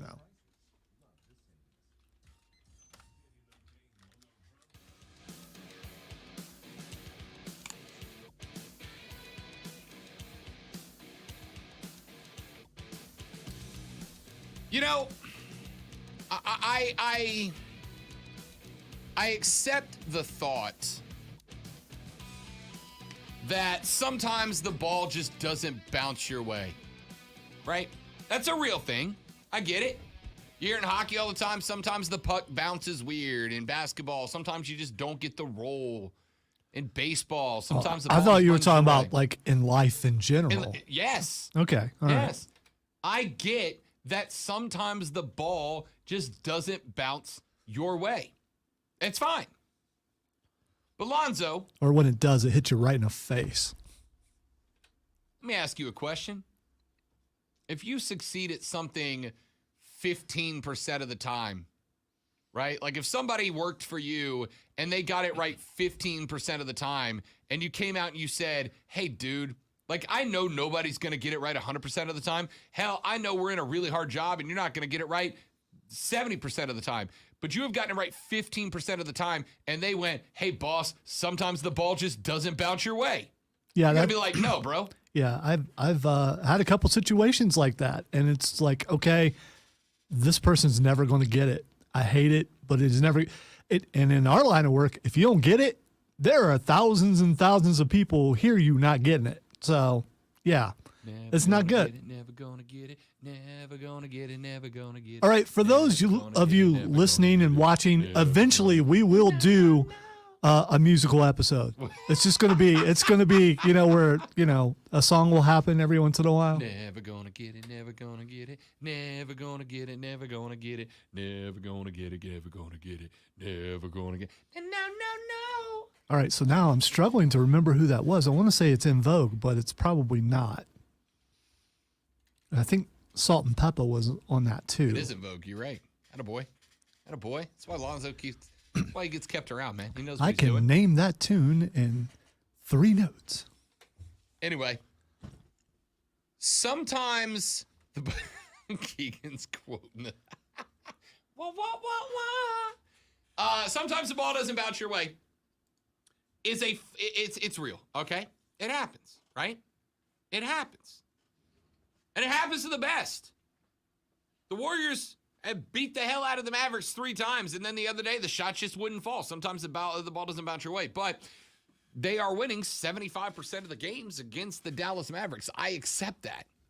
If you're a three-point shooter and you're a 48, 47, 45% shooter, and then one night you have a 30% night, hey, coach, sometimes the ball doesn't bounce your way. That's fine. I get it.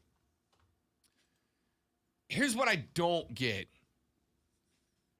What I don't get is Mark Kingston, head coach of the South Carolina baseball team, as his team below 500.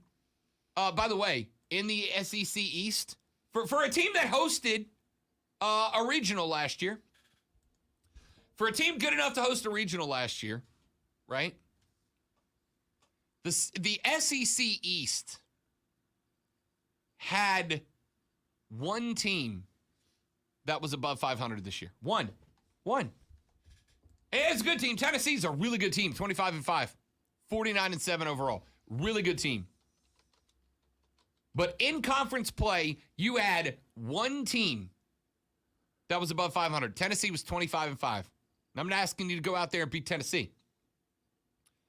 But Florida was a 500 ball club. Georgia was a 500 ball club.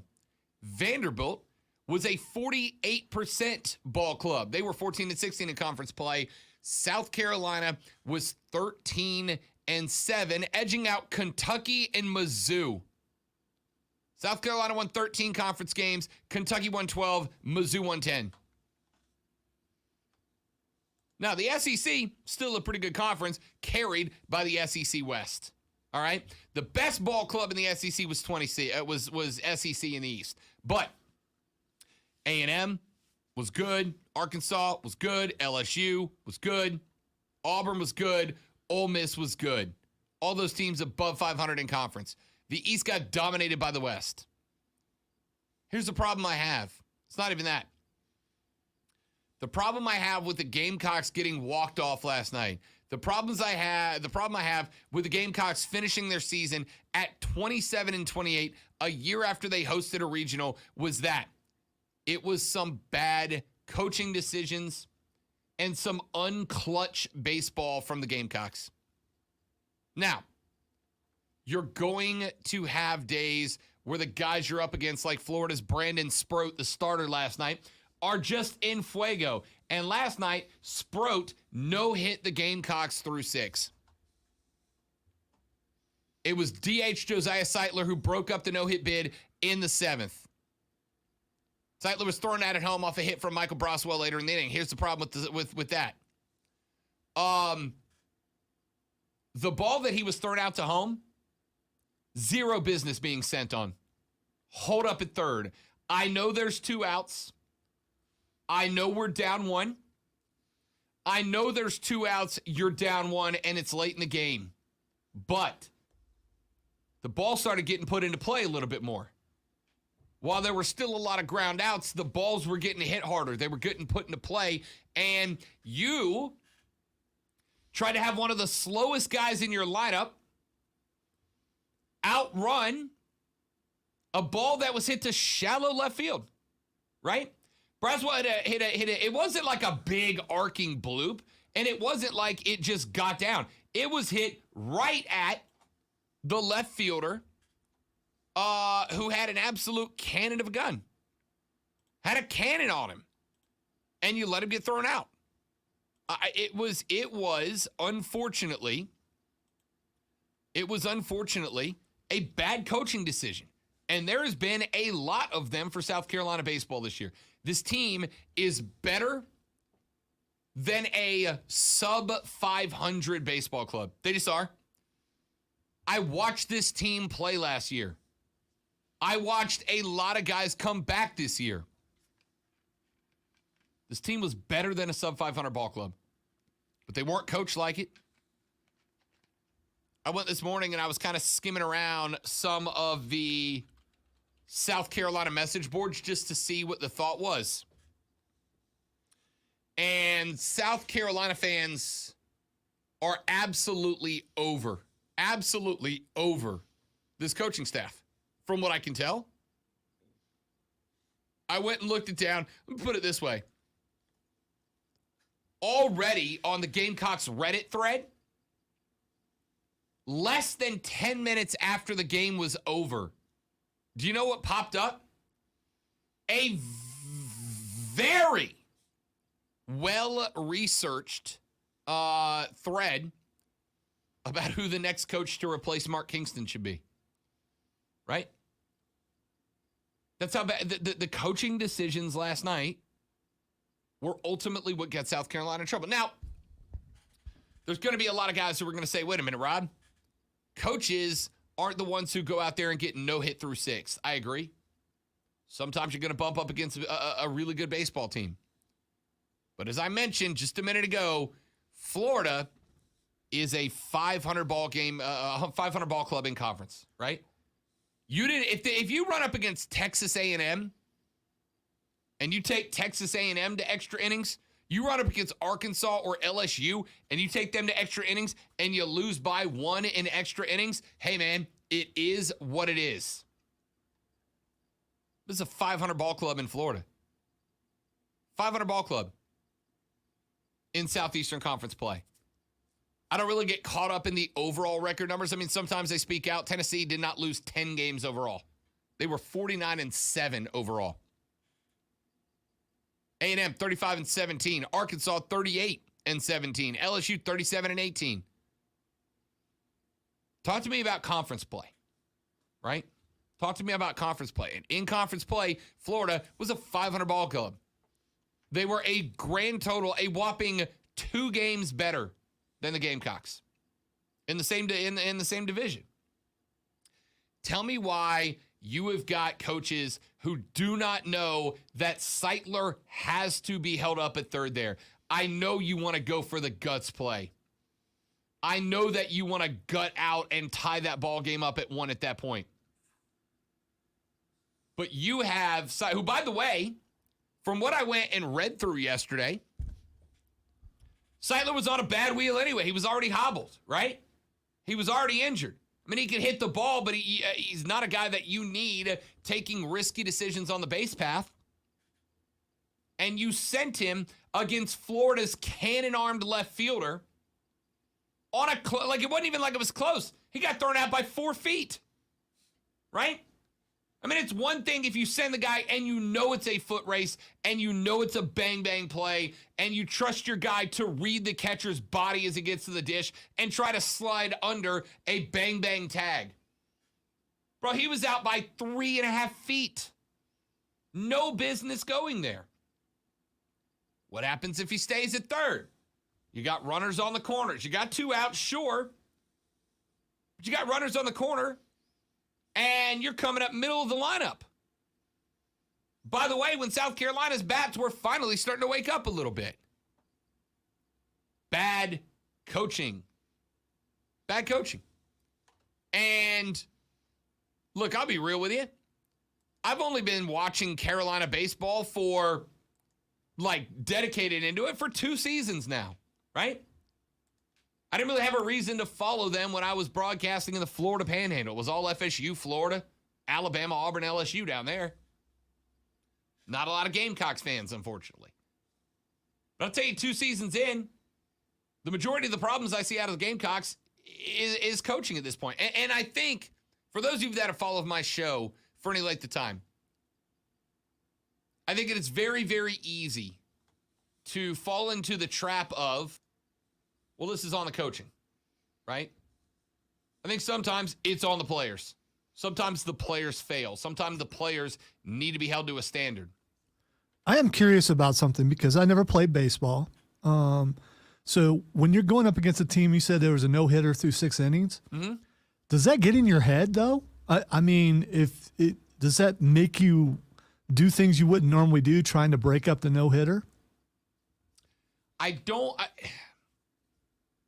For me, and again, this is subjective, right? Because every athlete's going to handle this differently. I think for me, the answer, if I'm coaching a team, my answer is, guys, yeah, he's got a no-no going through 6, but he's also 85 pitches deep, right? Every pitcher is going to start falling out at some point. Your job is to go out there and ding him up. And if you go out there and hit 10 foul balls in an at-bat, that's a win, even if you don't get on base, right? Because you've inflated the pitch count. He's going to get hit. You have to go treat every at-bat as if nothing else, you're trying to increase the pitch count so that he can't go as deep into the no-no. And eventually you're hoping whoever they bring in to spell him is going to be bad, having an off day, and you make up for it. Here's the thing. They broke up the no-no in the 6th. There were still 9 more outs to go. This game was a 1-run game, right?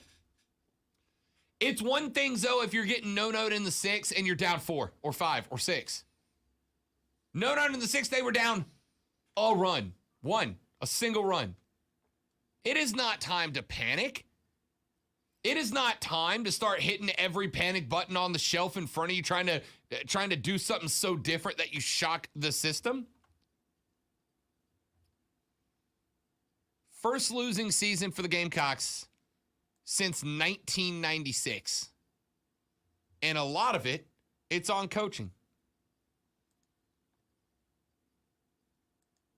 Here's a Gamecock fan, quote, "To the surprise of absolutely nobody, This is very disheartening season for what I believe, and I bet others would too, a storied winning program. I am split on whether I think Kingston gets the boot, though my opinion really does not matter. Whether Kingston is at the helm next season or not, a losing Gamecocks baseball program is unacceptable. We have been conditioned to a mediocre football program, though I think expectations have risen. Men's basketball is what it is and has always been. No comment needed on the golden child, our women's basketball team, but USC baseball simply cannot continue to suck and underachieve.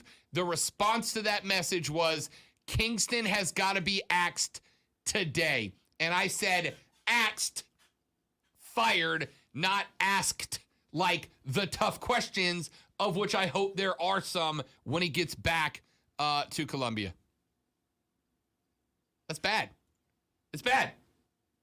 Like I said, I've been following South Carolina baseball for 2 years. But my discussion with those of you who are Gamecocks baseball fans, and as a baseball guy who hosts a nationally syndicated baseball show on Saturdays, 1 to 5, BetQL Network and the Odyssey app.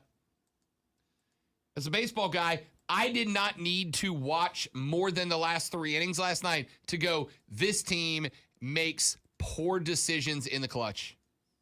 And I put that squarely on the coaching staff. Let's take a break. Gamecock baseball fans, what are your thoughts? I know you're not happy. I know you're not satisfied. I want to know what you plan on doing about it next. Take a break. We're back after this. I'm Rob. He's Lonzo. This is the Fan Upstate.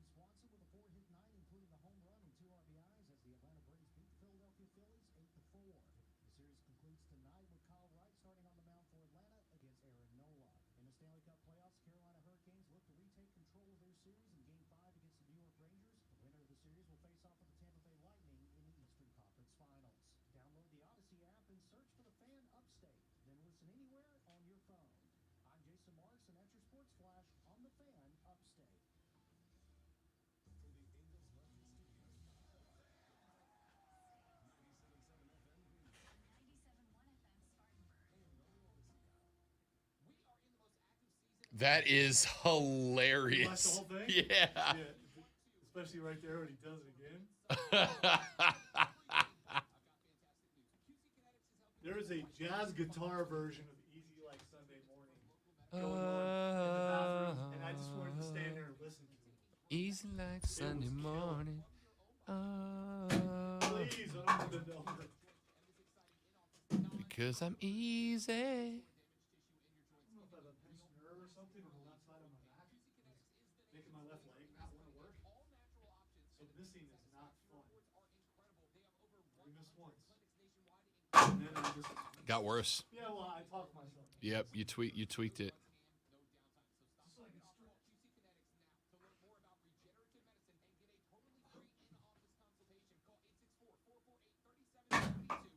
Dude! All right, right. So putting yourself through pain is just put it in the mouth. In this market, you'll find Fisher Investments is different. Still had a better percentage than Miami. Then the Heat.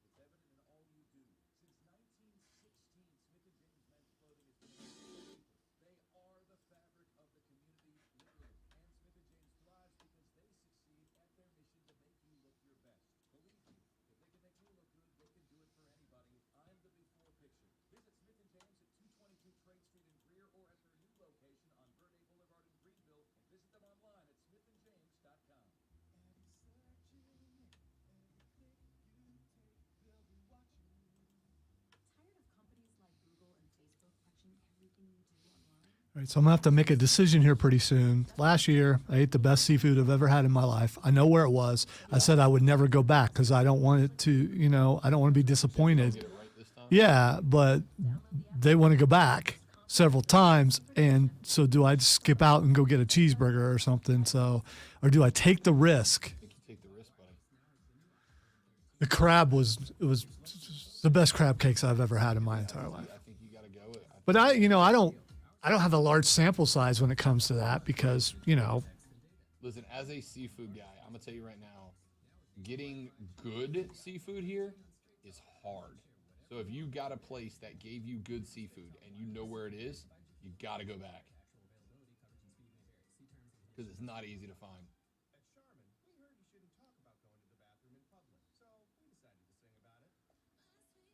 Oh, can't you see? Trey has a wonderful question for you. Sorry, Trey.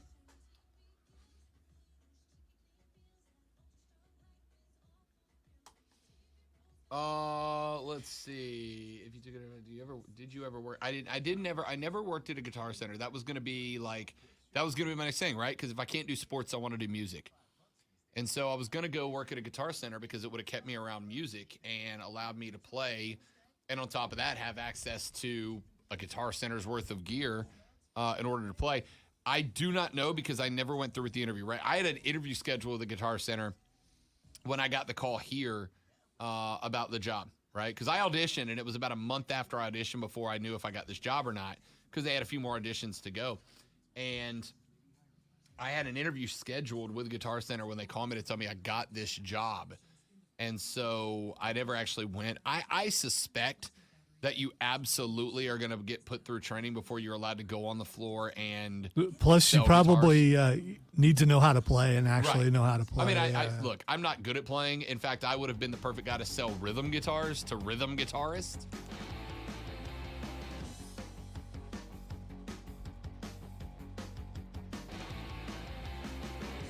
The Rob Brown Show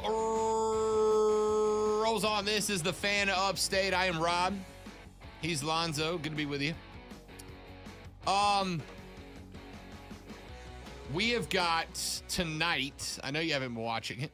Well, I know a lot of you guys haven't been watching it. But tonight, Lord Stanley's Cup playoffs go again. Last night, St. Louis at Colorado, and the Avalanche were avalanched by the Blues late in that game. 5-4 overtime winners. Colorado still leads that series, though, 3-2. But tonight, we've got two matchups, one at 7, one at 9, and we open with the Rangers at the Canes. This is Game 5. This series is tied up at 2 games apiece. Tied up at 2 games apiece. It is the only series right now that is tied, right? 3-2 lead for the Avalanche over the Blues. Edmonton is all over Calgary, 3-1. So you've got New York and Carolina squared up at 2 apiece. And by the way, the Lightning just dominated the Panthers, 4-0. So the Sunshine State series goes the way of your two-time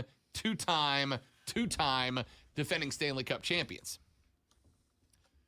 Canes, Rangers tonight, Game 5.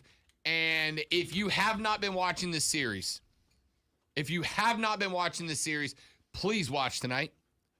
Please tune in and watch this series tonight because tonight's game could be really good. The Rangers were down 2 games in this series to the Canes. 2 games they were down. Now they're square 2. They had to go on an absolute mission to get back. Now, here's the other thing. Carolina had to fight to get those 2 games. I mean, neither one of them came easy, right? New York had to fight to get those 2 games back. Home ice has been the difference maker, right? Carolina 1-2 at home. New York went back up to New York and 1-2. Now we're back at PNC. Now we're back in Raleigh. If Carolina loses at home, it would be the first time in these playoffs they did that, right? They got Boston in their first 4 in Carolina. They got New York so far 2-0 at home ice. The Rangers are 2-3-0 on the road in the postseason so far this year.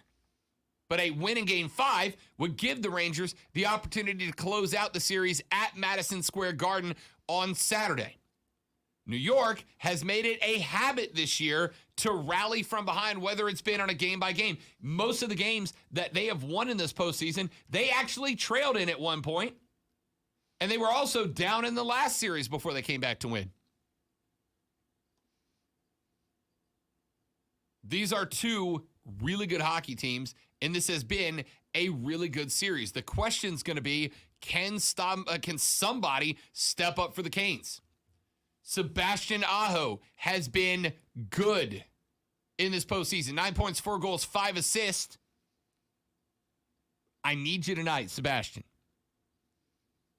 Teravainen, 10 points, 3 goals, 7 assists. Slavin, 8, 2, and 6. You've got guys that have been stepping up and playing well, but the Canes cannot surrender this game tonight. Let me tell you why. Home ice in hockey is I think, maybe more important than home court, home ice, home field advantage in any other sport except maybe basketball, right? Baseball having home field is nice, but I don't know how much it changes the game. Basketball it can, because that place can get absolutely ripping. Look at Miami last night, right? I don't think there is a better home ice advantage or better home court advantage, home field advantage than one in hockey when you've got a good crowd. And Carolina might have the most raucous NHL crowd outside of Nashville, and even that is a competition. You cannot give this away. You've got to win tonight. That being said, what I've found really, really interesting is that the Rangers have been one of the most tactically sound postseason teams in hockey. They have changed their lineup almost every single game. That lineup has been shuffled constantly. The offense at the end of the year in the regular season for the Rangers was asleep. They get into the postseason. They get into the playoffs. Their shifts 1 to 5 have changed over and over. And here they are again, giving run. By the way, I don't think anybody picked the Rangers in this series. And here they are, 2 games square with a very good Carolina Hurricanes team. Very good Carolina Hurricanes team. If you have not been watching this series, watch it tonight. The boss asked me yesterday if we have a chance to carry Hurricanes games live at night, should we do it? My answer was hell yeah. You absolutely should. Live hockey is amazing. But I also recognize for me to make this a reality, I've got to help grow hockey as I'm trying to do soccer here in the upstate. I am telling you, even if you are not a hockey guy, jump on and watch this game with me tonight. 7 p.m. Jump on and watch this game. Because you are going to see dudes getting laid the blank out tonight. It is going to be good. This series has been good. It has gotten me wired every single game. I don't see any reason to believe tonight will be any different. Let me take a break. When we come back, you guys have been talking about NIL a lot and how bad it is for football. But I've got an article written by a top-tier college football reporter that I wonder if it's going to give you some perspective. I'll address that next. I'm Rob Alonzo, the Rob Brown Show's on the radio. This is the Fan Upstate.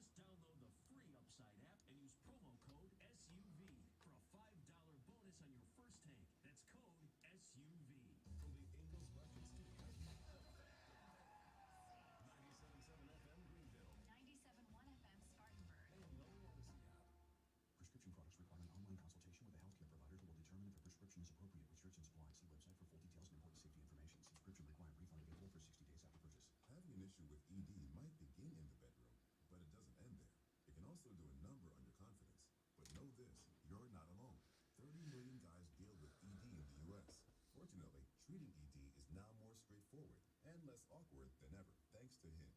Through HIMS, you can get the generic form of Viagra, which uses the same active ingredient for just $3 per use.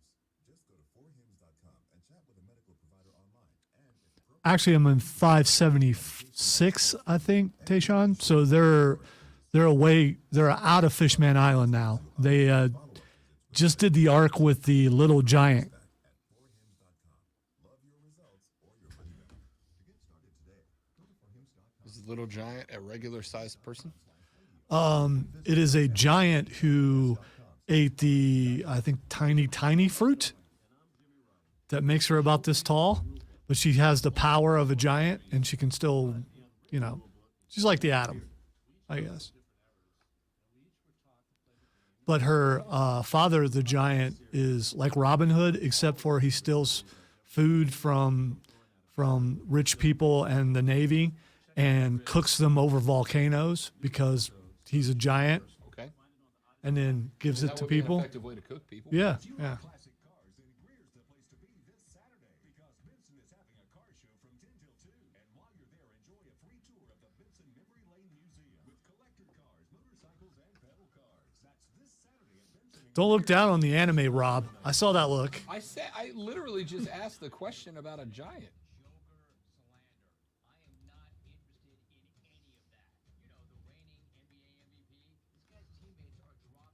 Over 1,000 episodes lets you know that there's an audience out there. I'm just saying. I didn't say there wasn't. You take my not being an anime guy very personally sometimes. CBS Sports Radio. Heard my little sis is buying a car. You'll need my secret guide. Gross. No way. I already use Capital One Auto Navigator. I bet your credit score. Yeah, every episode, Tayshawn, starts with Zed's plan, whatever that is. So Drive at the dealership and made the purchase. Taking the easy way out. That's so you. I saw that. I saw that. Capital One. What's in your wallet? So I'm past that. Whatever happens after that, I haven't gotten to that episode. They just said goodbye to each other and sailed off in different directions. But I don't watch every day. Like this morning, I watched AEW. So I usually will watch wrestling while I'm walking.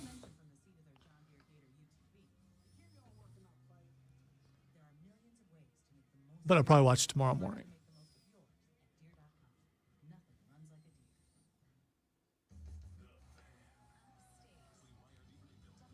And I was just kidding with you, Rob. Quit taking it so personal. I'm V offended right now.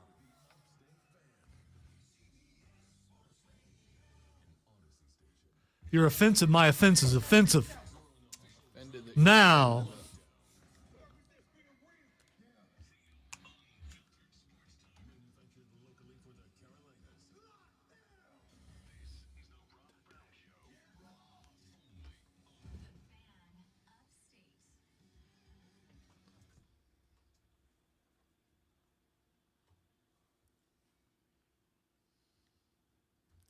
Here we go, the third, the final, the best, the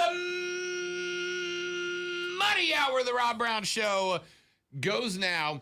This is the fan upstate. Hello, upstate South Carolina. Hello, America. Hello, world. What's happening, y'all? I am Rob.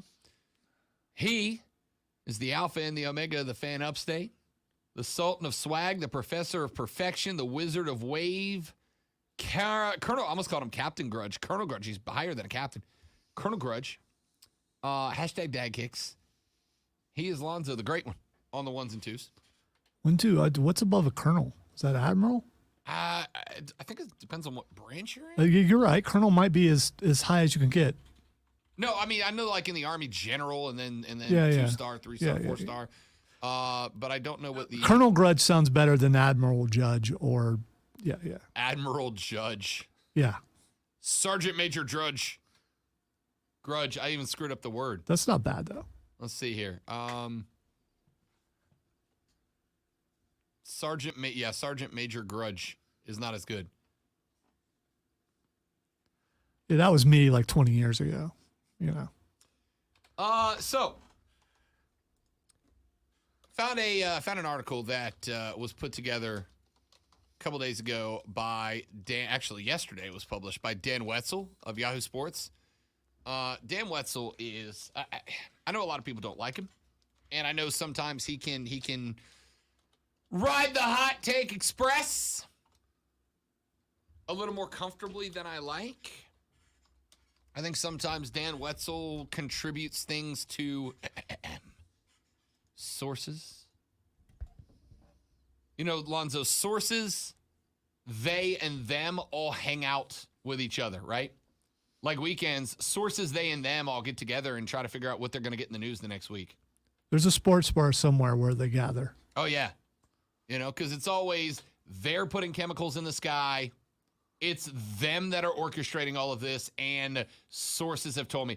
I think they and them come up with the conspiracies, Lonzo, and then sources reports the conspiracies to the media. That's how this works. It's a process, for sure. I mean, they figured out a great system, you know? Great system. They and then come up with conspiracies, and then sources reports it. It's been effective for, I don't know, millennia. All the years. Yeah. All the years. All right, so he did an article about NIL because even though it's been in place for a minute now, and even though it's clearly going nowhere, some of you guys are still very upset about it. And he talked about Lane Kiffin because Lane Kiffin earlier this week did an interview with Sports Illustrated. He said, quote, "You have kids going to schools now, and some haven't even taken a visit. They all sign because of NILs. You've got to think that it is here to stay. To say that it's not sustainable, why not? 10 years ago, no one would have said schools were going to pay coaches $10 million a year. Well, they do now," end quote. Lane Kiffin just dropped the line that I've been trying to tell you guys for a couple of months now, right? This method is unsustainable, says Nick Saban. Why not, says I, right? Everything in college football over the past few years has continued to grow financially, and none of it has slowed down. And by the way, Nick, you're the benefit of that. Do you think anybody 20 years ago in college football was making the money Nick Saban is making? Hell no. Do you think 10 years ago anybody was making the money Nick Saban's making? Hell no. Same with you, Ryan Day, Dabo Swinney, all of y'all, right? I just find it funny that the first time the kids get a little scratch on top of it, the coaches are like, well, this is unsustainable. Why? Why? There's a market for it. Eventually that market will hit a cap. There will be a cap the market is willing to pay in NIL dollars, and then kids will get to decide what they want to do after that happens. Kiffin said, quote, "You have kids going to schools now, and some haven't even taken a visit," end quote. So what? So what? Now, if I had a kid, if I had a son who was going to play college football, and he was good, unlike me, and had scholarship offers, I would absolutely encourage him. See all the schools. Take all the visits. Hell, they're free. You might as well, right? Get some culture in your life. See some schools. Maybe one that you wouldn't have thought would jump out at you would jump out at you. See what happens. And see how it happens. But if my dude gets a call and he finds out that school X has an NIL program that's paying out X $1,000 and he's going to get paper at that school, I may have a conversation with him and go, son, I know you don't believe me right now, and I know you're not going to believe me because that seems like an exorbitant amount of money for a kid who just came out of high school not making it. But sometimes there are things that are more important than money. Well, what this is saying is that facilities no longer matter. So you don't have to worry about putting a bowling alley in your facility, barbershop, DJ booth, any of that, because all those things before is what helped to entice a kid to come to your school. Now it's more about NIL. It's funny that you say that because facilities were exactly where I was going with this, right? Exactly where I was going with this. Let me flash you back. Way back, Lonzo, to 2017, all right? Been watching a lot of Wayne's World I'm not stuff mad at you lately. for it. Party on. Let's go back to 2017. Now, 2017, Alabama. You know, where Nick Saban, this is unsustainable works. In 2017, Alabama did a multi-million-dollar facility facelift, and included in that what they called a 7,000 square foot recruiting room. This recruiting room had in it all sorts of amenities and features and fun stuff and displays and whatnot to try to convince recruits to come to Alabama. It's 2017, remember, Alonzo? Now, let's flash forward to the distant past, 2020. In 2020, Lonzo, do you know what Alabama did with that recruiting room? They ditched it entirely and built a new 12,000 square foot recruiting lounge that had everything in it that you could think a 17-year-old kid trying to make a decision about where he's going to play football would be attracted by. Video games and TVs and displays of the trophies and championships and all that. Lonzo, they built a multi-million-dollar recruiting lounge. 3 years later, they built another one double the size and almost double the cost. Now, where do you think the money to pay for those expanses came from? Boosters, right?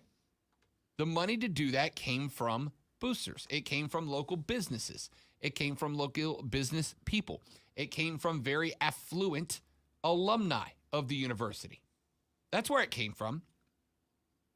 And do you know what nobody said, including Nick Saban, who donated himself $1 million to the new facility? Do you know what nobody said? Guys, this facility's arms race is unsustainable. Because Alabama built one. LSU built one. Florida built one. Auburn built one. Tennessee built one. They all started doing it.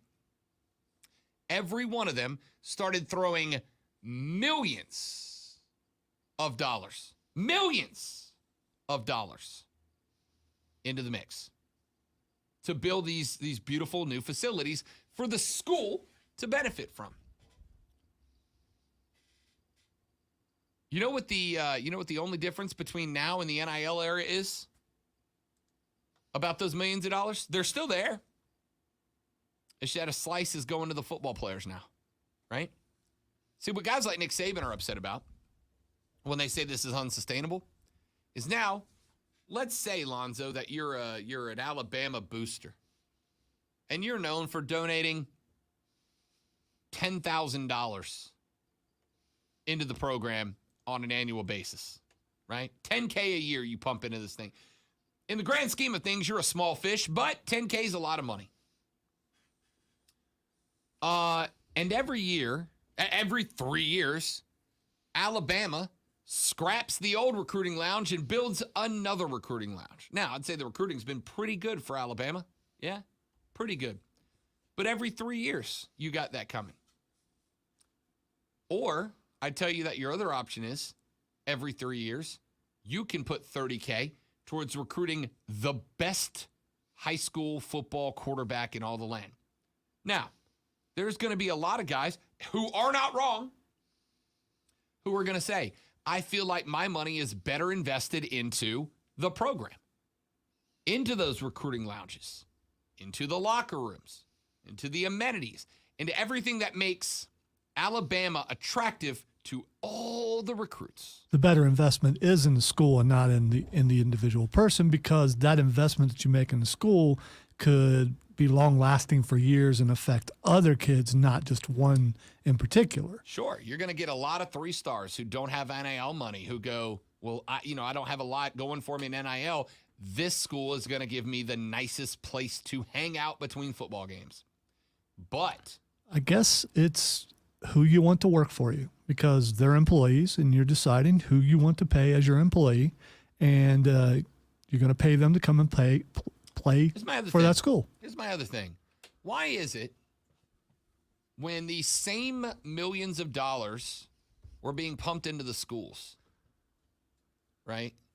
The same millions of dollars were getting pumped into these schools so that Alabama could rebuild their recruiting lobby every 3 years. By the way, on a campus, and I've only been to Alabama twice, once to walk around campus with a buddy, once to go to a game. I went to Alabama, Mississippi State a few years ago. It's a beautiful campus. Beautiful campus.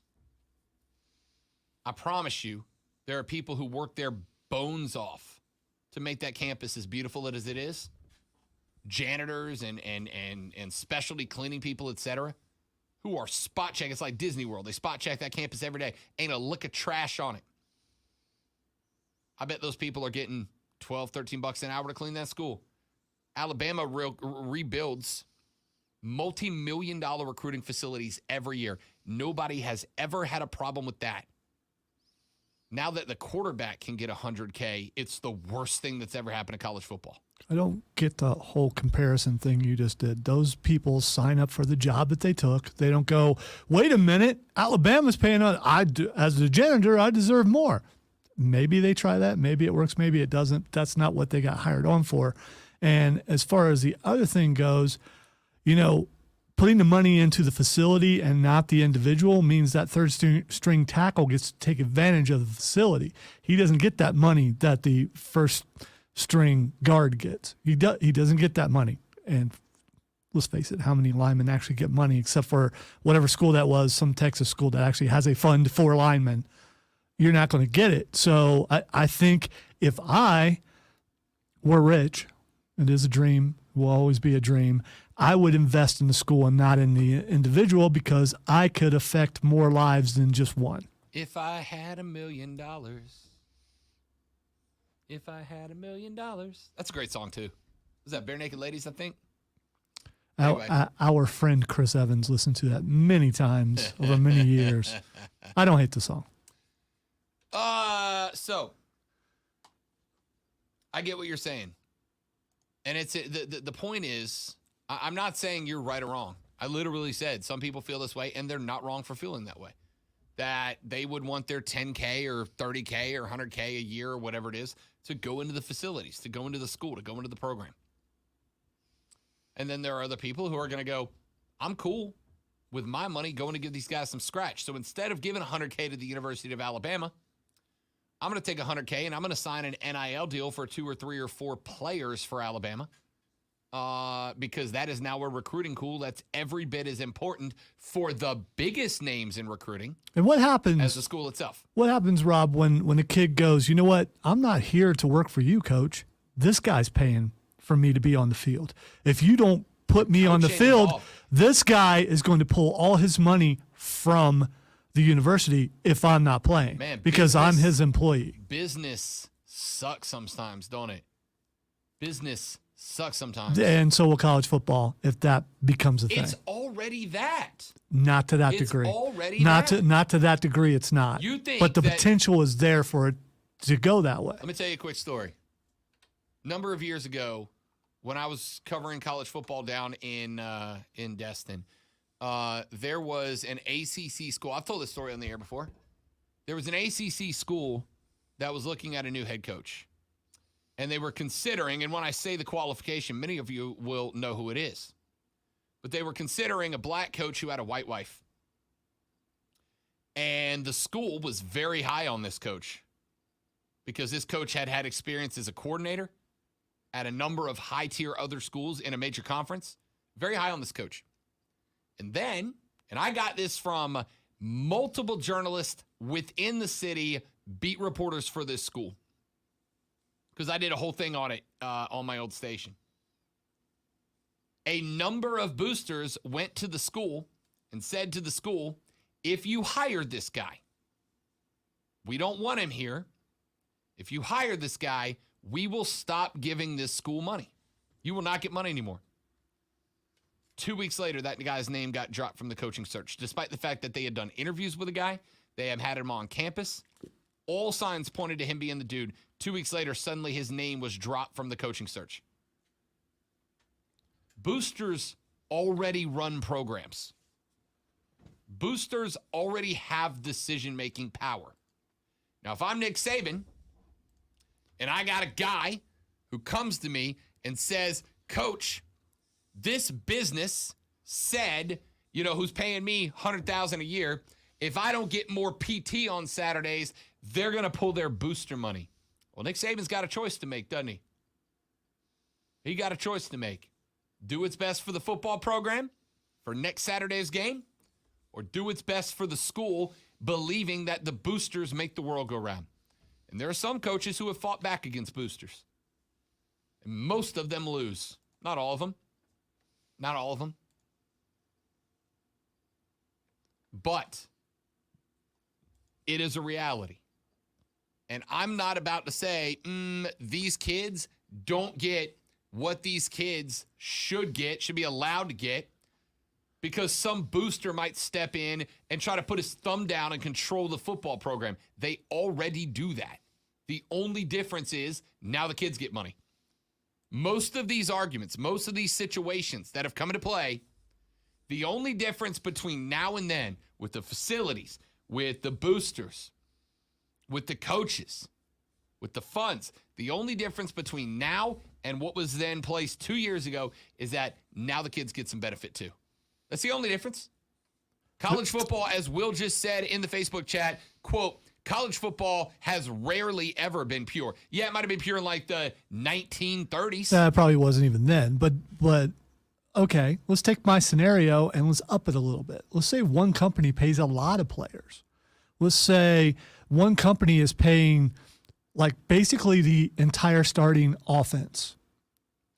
And the entire starting offense comes to that coach and says, we demand this. What's the coach do then? Make a decision. Make a decision. Because not all coaches, as you mentioned earlier, are Nick Saban. There are a lot of coaches that are going to go, okay, all right. What happens if our biggest sponsor, Bob's Car Wash, goes to Mark and goes, hey, we feel like Lonzo's driving down sales. We want him off the Rob Brown show, or we're pulling our cash. All right, so your hypothetical is highly unlikely because I am skilled at advertising. So, and Bob's, I am like their biggest client because I have a car that needs washed often. And so at Bob's, they see me, and not only am I there, but I'm waving, signing pictures, all that kind of stuff. So, there's that. Shout out to Bob. The Sultan of Swag, the Professor of Perfection, the Wizard of Wave, the Hater of Hypotheticals. Adding nicknames left and right. The answer is Mark would have a decision to make, right? Do I pull Lonzo off the Rob Brown show, the winner of last year's Star Award for Best Sports Talk Radio Show in South Carolina? I would never Or get do I pulled keep off the of a check? program, ever. Ever. Or do I keep the check coming in, right? Or do I keep the check coming in? And you and I are going to hope he makes the decision to keep you on the air. And there's going to be somebody downstairs who's going to go, that's a big check that I get, right? The salesperson for Jim's is going to go, or Bob's, or I forgot what car wash I used. It's all right. I'll probably make more money working at Bob's later anyway. So, I mean, The salesperson getting that commission off of Jim Bob's car dealer, I just combined them, Jim Bob's car wash, is going to go. That's a totally different place. Is going to go screw Lonzo. There are mullets at Jim Bob's. There's not at Bob's. Bob's is a quality organization. Point is, this isn't new. This is business, baby. This is business. It's always been. College football for 50 years has been business over everything else. The only thing difference is now the players are getting in on the slice. Nothing else has changed. Let's take a break. When we come back, it's Thursday. You know what that means. Fight Club. Lonzo runs us through the world of combat sports. Texter on the Preferred Home Services text line says, there is a Bob's Car Wash in Spartanburg, and they appreciate the plug. Well, you're welcome, Bob's Car Wash. I didn't know that was a thing. If you're over in the Berg, go hit Bob's Car Wash, the accidental, unofficial car wash of the Rob Brown Show. Give us a call, Bob. Yeah, Bob. I want to have Bob's Car Wash on now. Come on, Bob. Jump in the game. Back after this on the Rob Brown Show. It's the Fan Upstate.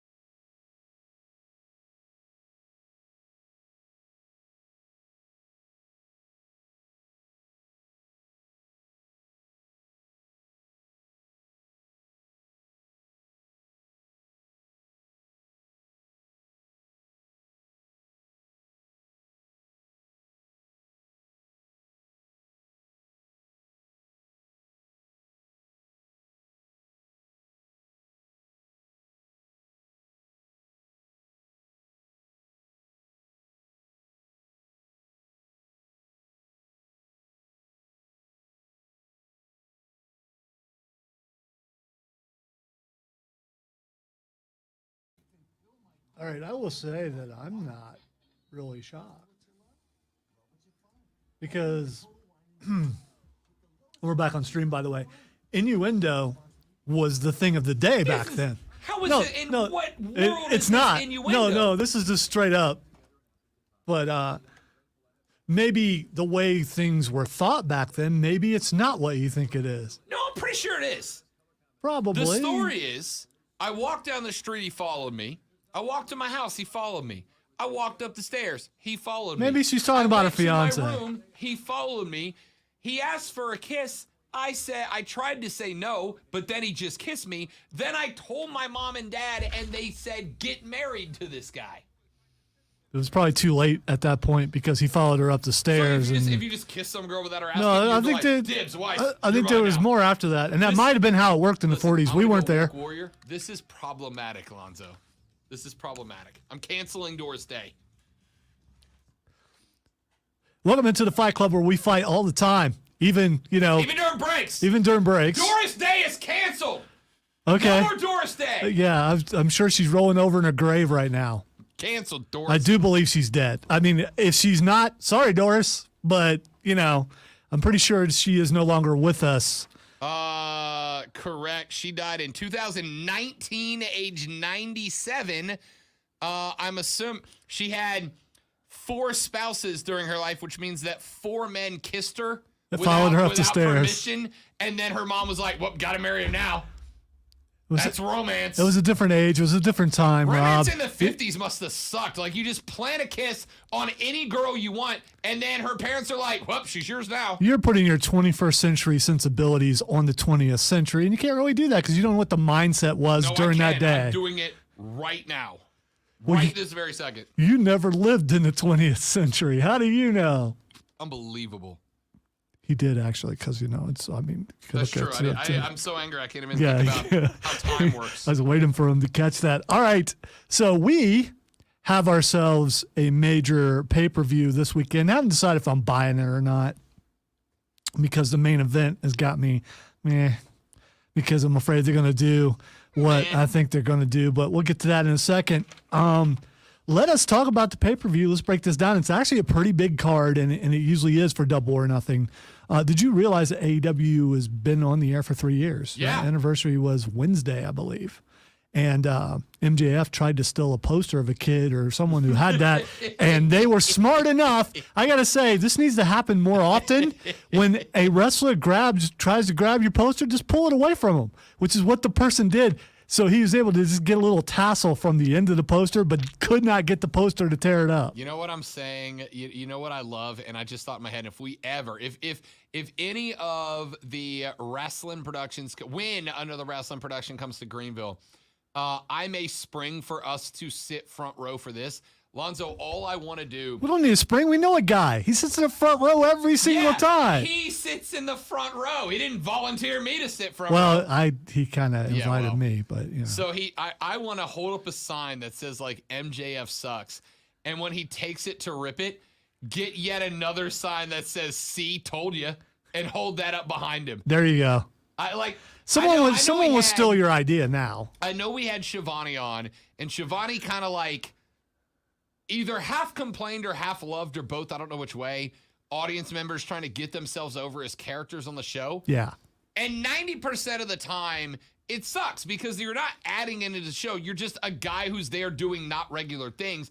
But if somebody pulls that sign of gets a guy to rip the sign that says you suck and then holds up another sign that says, see, I told you, they can have that idea because that is a moment that we all talk about the next day on Fight Club. That's very true. And we'll never top MJF's mom, but we can try. No, not at all. We can try. Not at all. All right, so let's get to the card. Starting off with, and again, this is a really good card. We're going to start off with House of Black versus Death Triangle. The problem with Death Triangle is they cannot stay healthy. Yeah. You're not wrong. If they could stay healthy, that's That'd be an incredible stable. Yeah, it would be. Incredible. House of Black is, I don't want to say languishing, but they're doing kind of the same thing that he did when he was in WWE. Comes out really strong, and it's a good idea.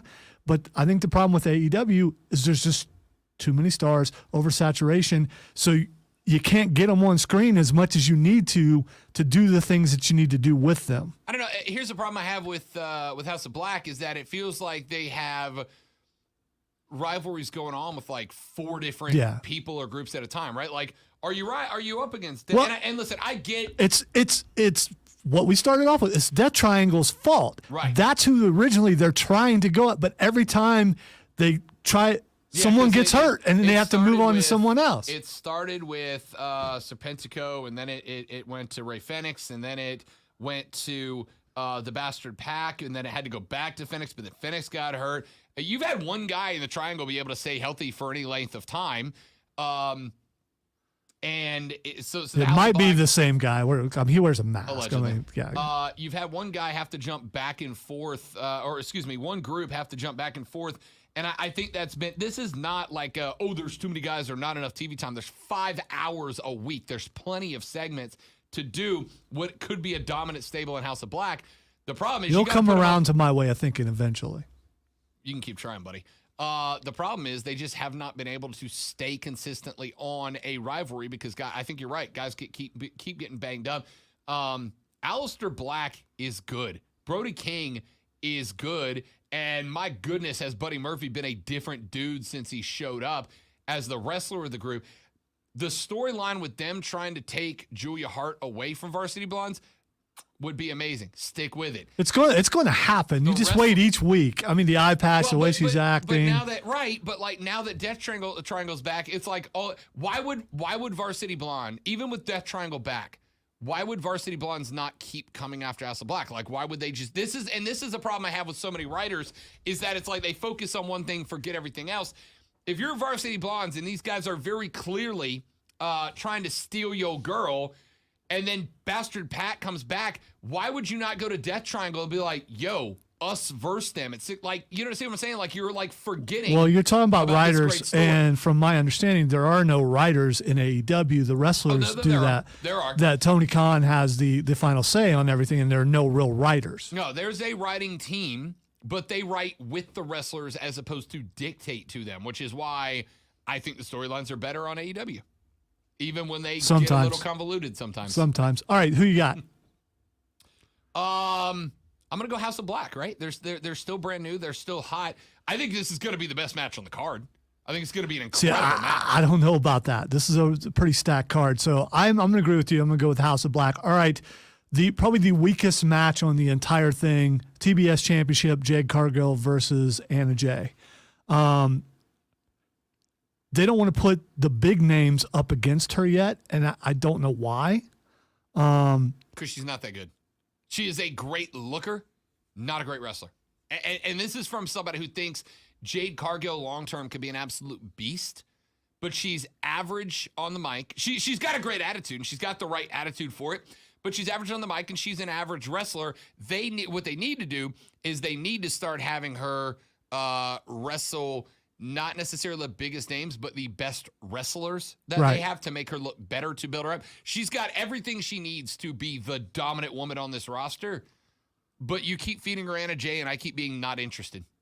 All right, so we're both picking Jade Cargill. All right, the next match, Anarchy in the Arena, the JAS versus Eddie Kingston, everybody else, Moxley, Bryan Danielson, Santana, and Ortiz.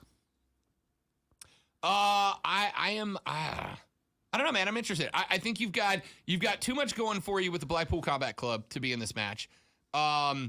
Lonzo's the only person in America who doesn't like Eddie Kingston. That's not true, but you know. And I Jericho Appreciation Society. I thought Nine was going to fall out of this chair when I talked about how bad Eddie Kingston is because I'm used to you being a hater, so I'm used to it. I'm not a hater. This is my opinion. I think he's horrible on the mic, and he's not a good wrestler. And his beer belly, if I'm a wrestler, I mean, there are fat guys. I mean, look at Kevin Owens. That dude can move. He's not skinny, but Kingston's just fat, and having that belly roll all over you while you're wrestling, I'd be like, dude, okay, you got to do something. It's just stop. You got dudes out here fighting in bikini bottoms, and Lonzo's like, "Ooh, he's got a belly." Come on, man. But big it's, boys need love too. all right. Go get him, Eddie. K. Rob, it's not a wrestler's belly, and you know it. That is straight up alcohol. care. That's all that is. I can- That's like a keg in there. Do something. Listen, I believe in Eddie Kingston. Eddie, Santana Ortiz, and the Blackpool Combat Club win this. I agree. Also, I love the concept of the match. I- I love Jericho going Stadium Stampede, them going, no. Mox dropped the line on him. Nah, I ain't doing that, boat. Yeah, And then yeah. they're like, let's just do it in the building. Finally, let's go. And by the way, last night the Wizard struck again. I'm guessing maybe you haven't yet. seen it because you were watching the other stuff. But yes, Wizard! the Wizard struck again. He threw some fire in a poor guy's face. All right, the next match, which probably will be the match of the night, or it would have been like 10 years ago, and that is the Young Bucks versus the Hardys. Oh, God. These two teams in their prime, it will be the greatest tag team match of all time. But still, this is the scariest match on the entire thing. Jeff Hardy's going to kill himself Yeah, on TV. he I'm is. convinced. He is. You can safe up these spots all you want, but him or Darby are going to kill themselves on TV, I'm convinced. Yeah, that's the one good thing is that Darby's not in this match. Yeah. At least as far as we know. Yeah. He might just find a way to come out and just jump off of Well, I something. mean, look, him and Sting have obviously got their thing with the Young Bucks. Red Dragon could end up getting. I mean, you could end up having Red Dragon come You're out right. against Sting and Could be a run-in. and Darby and end up with effectively a 4-way. Jeff and Darby are going to kill themselves on TV. So This is going to be great, though. it will be. This is, for many years, this would have been a dream match. And I guess it still kind of is. But now I was worried about for Jeff for a long period of time. Now I'm really worried about Jeff because he's saying this is it for him. Eventually, he's going to do something that it will be it for him. But I'm going to go with the Young Bucks to win the match. Yeah, me too. Me too. I need to go against you in a few because I'm going to be on the Upstate Pulse in a couple of weekends. Yeah, I'm gonna nix the one thing for a little bit. No, you can't. I don't know. I'm telling you, I'm okay. I'm fine. I'm gonna go with the Hardys for the sake of potentially losing and taking my turn. Okay. For you. All right, fine. The Young Bucks are gonna win, but I'll pick the Hardys on the record. Okay. All right. The Owen Cup for the women. Britt Baker versus either Ruby. I'm sorry, who? Britt Baker. I'm sorry, who? D. No, you still didn't do it right. Dr. Britt Baker, DMD. If she's listening, I will not let apologize. you slander a friend of the show, Dr. Britt Baker. I DMD. apologize. Arguably one of the best interviews we've ever had in the history of this station. Yep. I want to point out. I will not let you slander the good name of Dr. Britt Baker, DMD. But there's time constraints, and I was just trying to, save myself a little bit. So anyway, her versus the winner of Ruby Soho or Chris Statlander, which happens Friday night. Which, by the way, Statlander is a monster. I love Stat. She is a workhorse, dude. If she stays healthy, she's got the chance to be really, really good. That being said, I think you're going to get there's a whole nother feud going between Ruby Soho and Britt Baker. So Britt Baker, Dr. Britt Baker, DMD, is going to face Ruby Soho. I bet you Ruby Soho wins that match. Yeah, I agree. I think so too. It's time for her to get over a little bit more. I mean, they brought her in, and it was a big deal her coming in because she has helped the women's division a great deal, and she needs to win. All right, the other Owen Cup match is a pretty good one. Samoa Joe versus Adam Cole. Baby! The only thing I found interesting is that both the Jokers lost in their entrance, despite the fact there was all this momentum. Like, why have the Jokers? Like, right? Like, why are you going to have them debut that way and then get squashed? That being said, who are you picking? And I'll pick the opposite. All right, I'm picking Samoa Joe. All right, I'll take Adam Cole, baby. And honestly, I don't know. 50% match. Yeah, I can go either way. yeah. You need to, I suspect Joe can't be around forever, but I also know how much this match means to Adam Cole, out of kayfabe. So I can see it going either way. Whoever you got, I got the opposite. All right, Jurassic Express versus Keith Lee and Swerve versus Team Taz for the tag titles. I'm going to go Keith Lee and Swerve Strickland. I don't think anybody's got the hype right now that Swerve does, and Keith Lee still controls entire arenas just by putting his fist in the air and pointing at himself. I'm going to go Keith Lee and Swerve. I love Jungle Boy and Luchasaurus, but the minute they made this a three-way, I'm like, nope, they're dropping the belts. Yeah, same here. I'm going with Keith Lee and Swerve also. The push they're getting here is the push they should have gotten somewhere else. But I do want to see Keith Lee versus Luchasaurus. Hopefully for an extended period of time. It won't be. It'll be brief, but it will be fun to watch. All right, and finally, Hangman Adam Page, who they're trying to turn heel, against CM Punk. If you watched any of last night, you got to think that he's the heel in this match. The way he's talking to CM Punk, and CM Punk not responding in kind. There was attack last night. There's just so many things. They're making Paige into the heel. Please, AEW, don't do the stupid thing. Don't do the dumb thing. Do not put the belt on this old man. I can't do it. I'm going Adam Page to retain. But due to disqualification, there's going to be a run-in. Maybe Kenny Omega returns. Something like that. Something major is going to happen. I don't think they'll have a straight-up match. I don't think they will because CM Punk will be exposed, and they don't want to do that. First off, he's still a good wrestler. You're just a hater. Second off, an Omega Punk feud, give it to me. Inject it in my veins. I would take that. So I like that idea. Hope it happens. First off, give me Thunder Rosa over Serena Deeb. Oh yeah, I missed that on the thing. My bad. It's all good. I'll take Thunder Rosa over Serena Deeb. That's your punishment for forgetting to put the women's title match on there. I am going to agree that Paige retains. No, I'm going to pick Punk because I need a different record than you. I'm going to take Punk to win, even though Adam Page is going to win. And now in my head, Kenny Omega ruins it, and now I get a Punk Omega feud, which is all I want in AEW. Give it to me. A Twitter trending topic when we come back on the Rob Brown Show in the Fan Upstate, which is 100% fine. Maybe Maybe not. maybe a Twitter trending You topic. know, we'll see.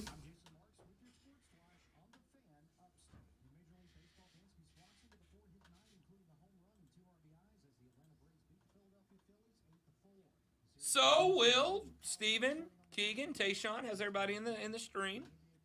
The number's up. I see there's people in here with us. I just ain't nobody saying By the way, I didn't leave the women's match off on purpose. I know you didn't.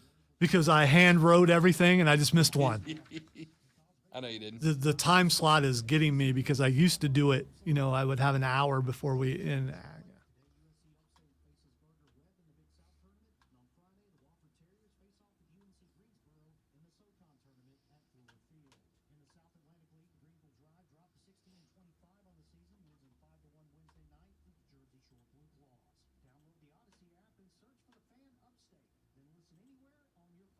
I didn't get to talking about Sasha and the rumor as to why she wanted out, which was she was upset about Ronda Rousey's push. Which Thought she should have had. Sasha believes she should have had the title match and not Ronda Rousey. can I go ahead and say Sasha's right? I mean, I get why you gave it to can, Ronda because but Ronda Rousey is a bigger star than I Sasha don't Banks, disagree. without a doubt. I think 5 years ago that was true. Still. It's not just about hardcore, it's about casual people watching. And they're going to know Ronda more than they know. All right, that's messed up, so I'm not going to use that. And admittedly, I've never been that big of a Sasha fan. So I always thought the other three of the four horsewomen were better than her. I think she got the push because I said four horsewomen. Yeah, even the man. What? Oh, the man? oh yeah. You're talking about Becky Lynch. I think of her as Becky Lynch, which is what man. No, she's not. She never was. She never will be because she's not a dude. Anyway, The man. so yes, She's not a dude. She's the man. Becky Lynch was and is better than Sasha Banks. Sasha Banks got the push because of who her cousin is. I genuinely think she's over. I think she's a star. I think that her. I liked her showing up in Mandalorian. I'm not going to lie. dope, I right? thought that was pretty cool. But that's where she wants to go. That's where she wants to be more. I think she's trying to be more Hollywood. And I'm mad at her. I wish I could be more Hollywood too. Let me just go ahead and say to Disney, if you guys are watching, I'll be happy to be in the next season of The Mandalorian. I would love to be. I'll be a star. well, that's pretty confident. You'll be a star. I will be a star. Okay. I'm a hell of an actor. I act like I know what I'm doing in here every day. Hey, I'll be a stormtrooper that gets taken out in a weird way. I'm good with that. As long as I get like one line before the Wilhelm scream hits, and then we're good. The Wilhelm scream. What a reference.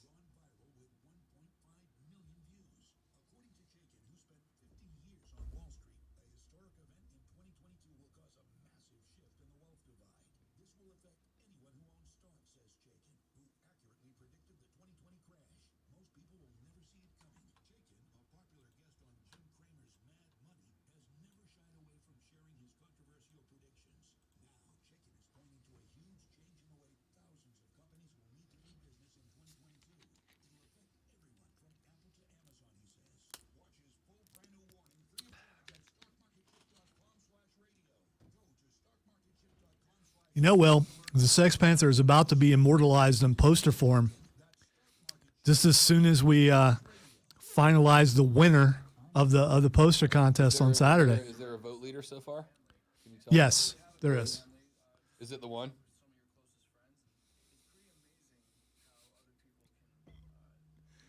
I'll be throwing it up for vote again this weekend. So, not in a hurry because I'm waiting for something to finish the poster. So, I mean, I could pick a winner before then, but it might as well, take a couple of weeks.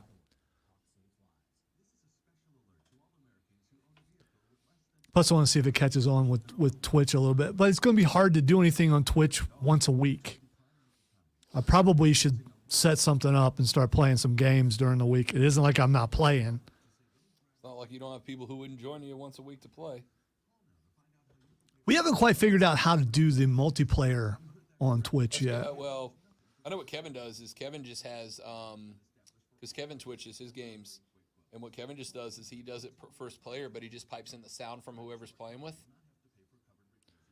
He doesn't show both screens. I wish there was a way to 4-panel it. There probably is. We Old just school James Bond we style. just got to look into it a little bit further. Someone out there probably knows how. Someone out there. That's Five Goes West, ladies and gentlemen. Don't tell me my references are It's stale. like Linda Ronstadt and like Peebo Bryson or something like that. I forget who did that. Now I got to look it up. Somewhere out there. Oh, it's James Ingram. My bad. It is Linda Ronstadt, though. Where we'll be together. Peebo and James Ingram and there are a couple other dudes that are real smooth. They all were like hitting at the same time, though. Out where dreams come true. I don't know why Five Goes West popped into my head for. It was a great movie, man. Because you're talking about going Hollywood, and that's West, and yeah, that's what I'm going with anyway. That's what I'll go with too.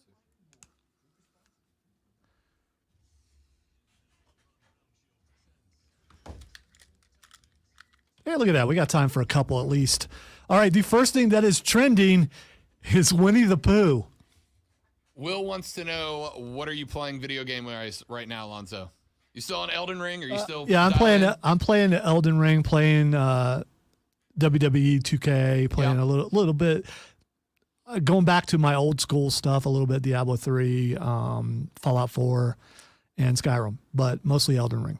Yeah, I've shifted back to a sports mentality, so I'm MLB The Show in 2K.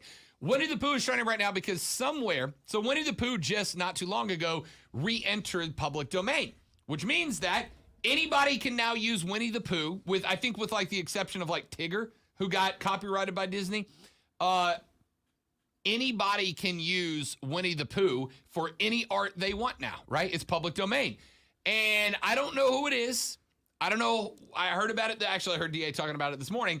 They're making a Winnie the Pooh horror movie where Winnie and friends are now monsters trying to kill and eat you. There are pictures online. No, there's not. Yeah, there is. There is. I posted it to the Upstate Pulse Facebook page, by the way. But yeah, it's there's a picture, Oh God. and it's disturbing. Listen, I got to tell you, I'm I'm all for artistic license and liberty and freedom and like, I'm a Gwar fan, right? Like, do your shock. I'm an Alice Cooper fan. Like, you can be shocking in the name of art. And the reason I like Gordon Alice Cooper is not because I'm like, oh, it's totally awesome that you're faking disemboweling people on stage. It's so funny. There was a whole thing about Sign of the Devil on while I was flipping through the channels yesterday. Nice. But go ahead. I like shock value, right? I like shock. I may not even like the content, but I like shock value because that's what art is about. It's about making you feel. Music, movies, TV. It's good art makes you feel something. All I feel by this is like whatever psychopath came up with this, a movie that's apparently being called Oh Bother, Winnie the Pooh, Blood and Honey. Bother. If this is you, if you are responsible for this, you're a bad person. You're a bad person and you should feel bad. I just found Piglet. Piglet looks like a jacked up Rocksteady. Cool. I didn't see that one. By the way, one other thing. Top Gun is trending. Going to see it tonight. Yeah, I need a spoiler-free review because I will not be seeing it till early next week, unfortunately. Speaking of early next week, you don't have to wait that long because we still have a show tomorrow. I forgot it's Thursday, not Friday. He's Lonzo. I'm Rob. Thanks for listening. Hope you enjoyed the Rob Brown Show right here on the Fan Upstate. Later, brother. The other thing that was trending was Shawn Michaels, and he's trending because of what MJF wore to the ring last night as a referee. They're side-by-side comparisons online. It's the shorts. I like it. Will is Trey's cousins. Will, welcome, man. Appreciate you coming in. Y'all the one. Cousins. No, I got it. Yeah.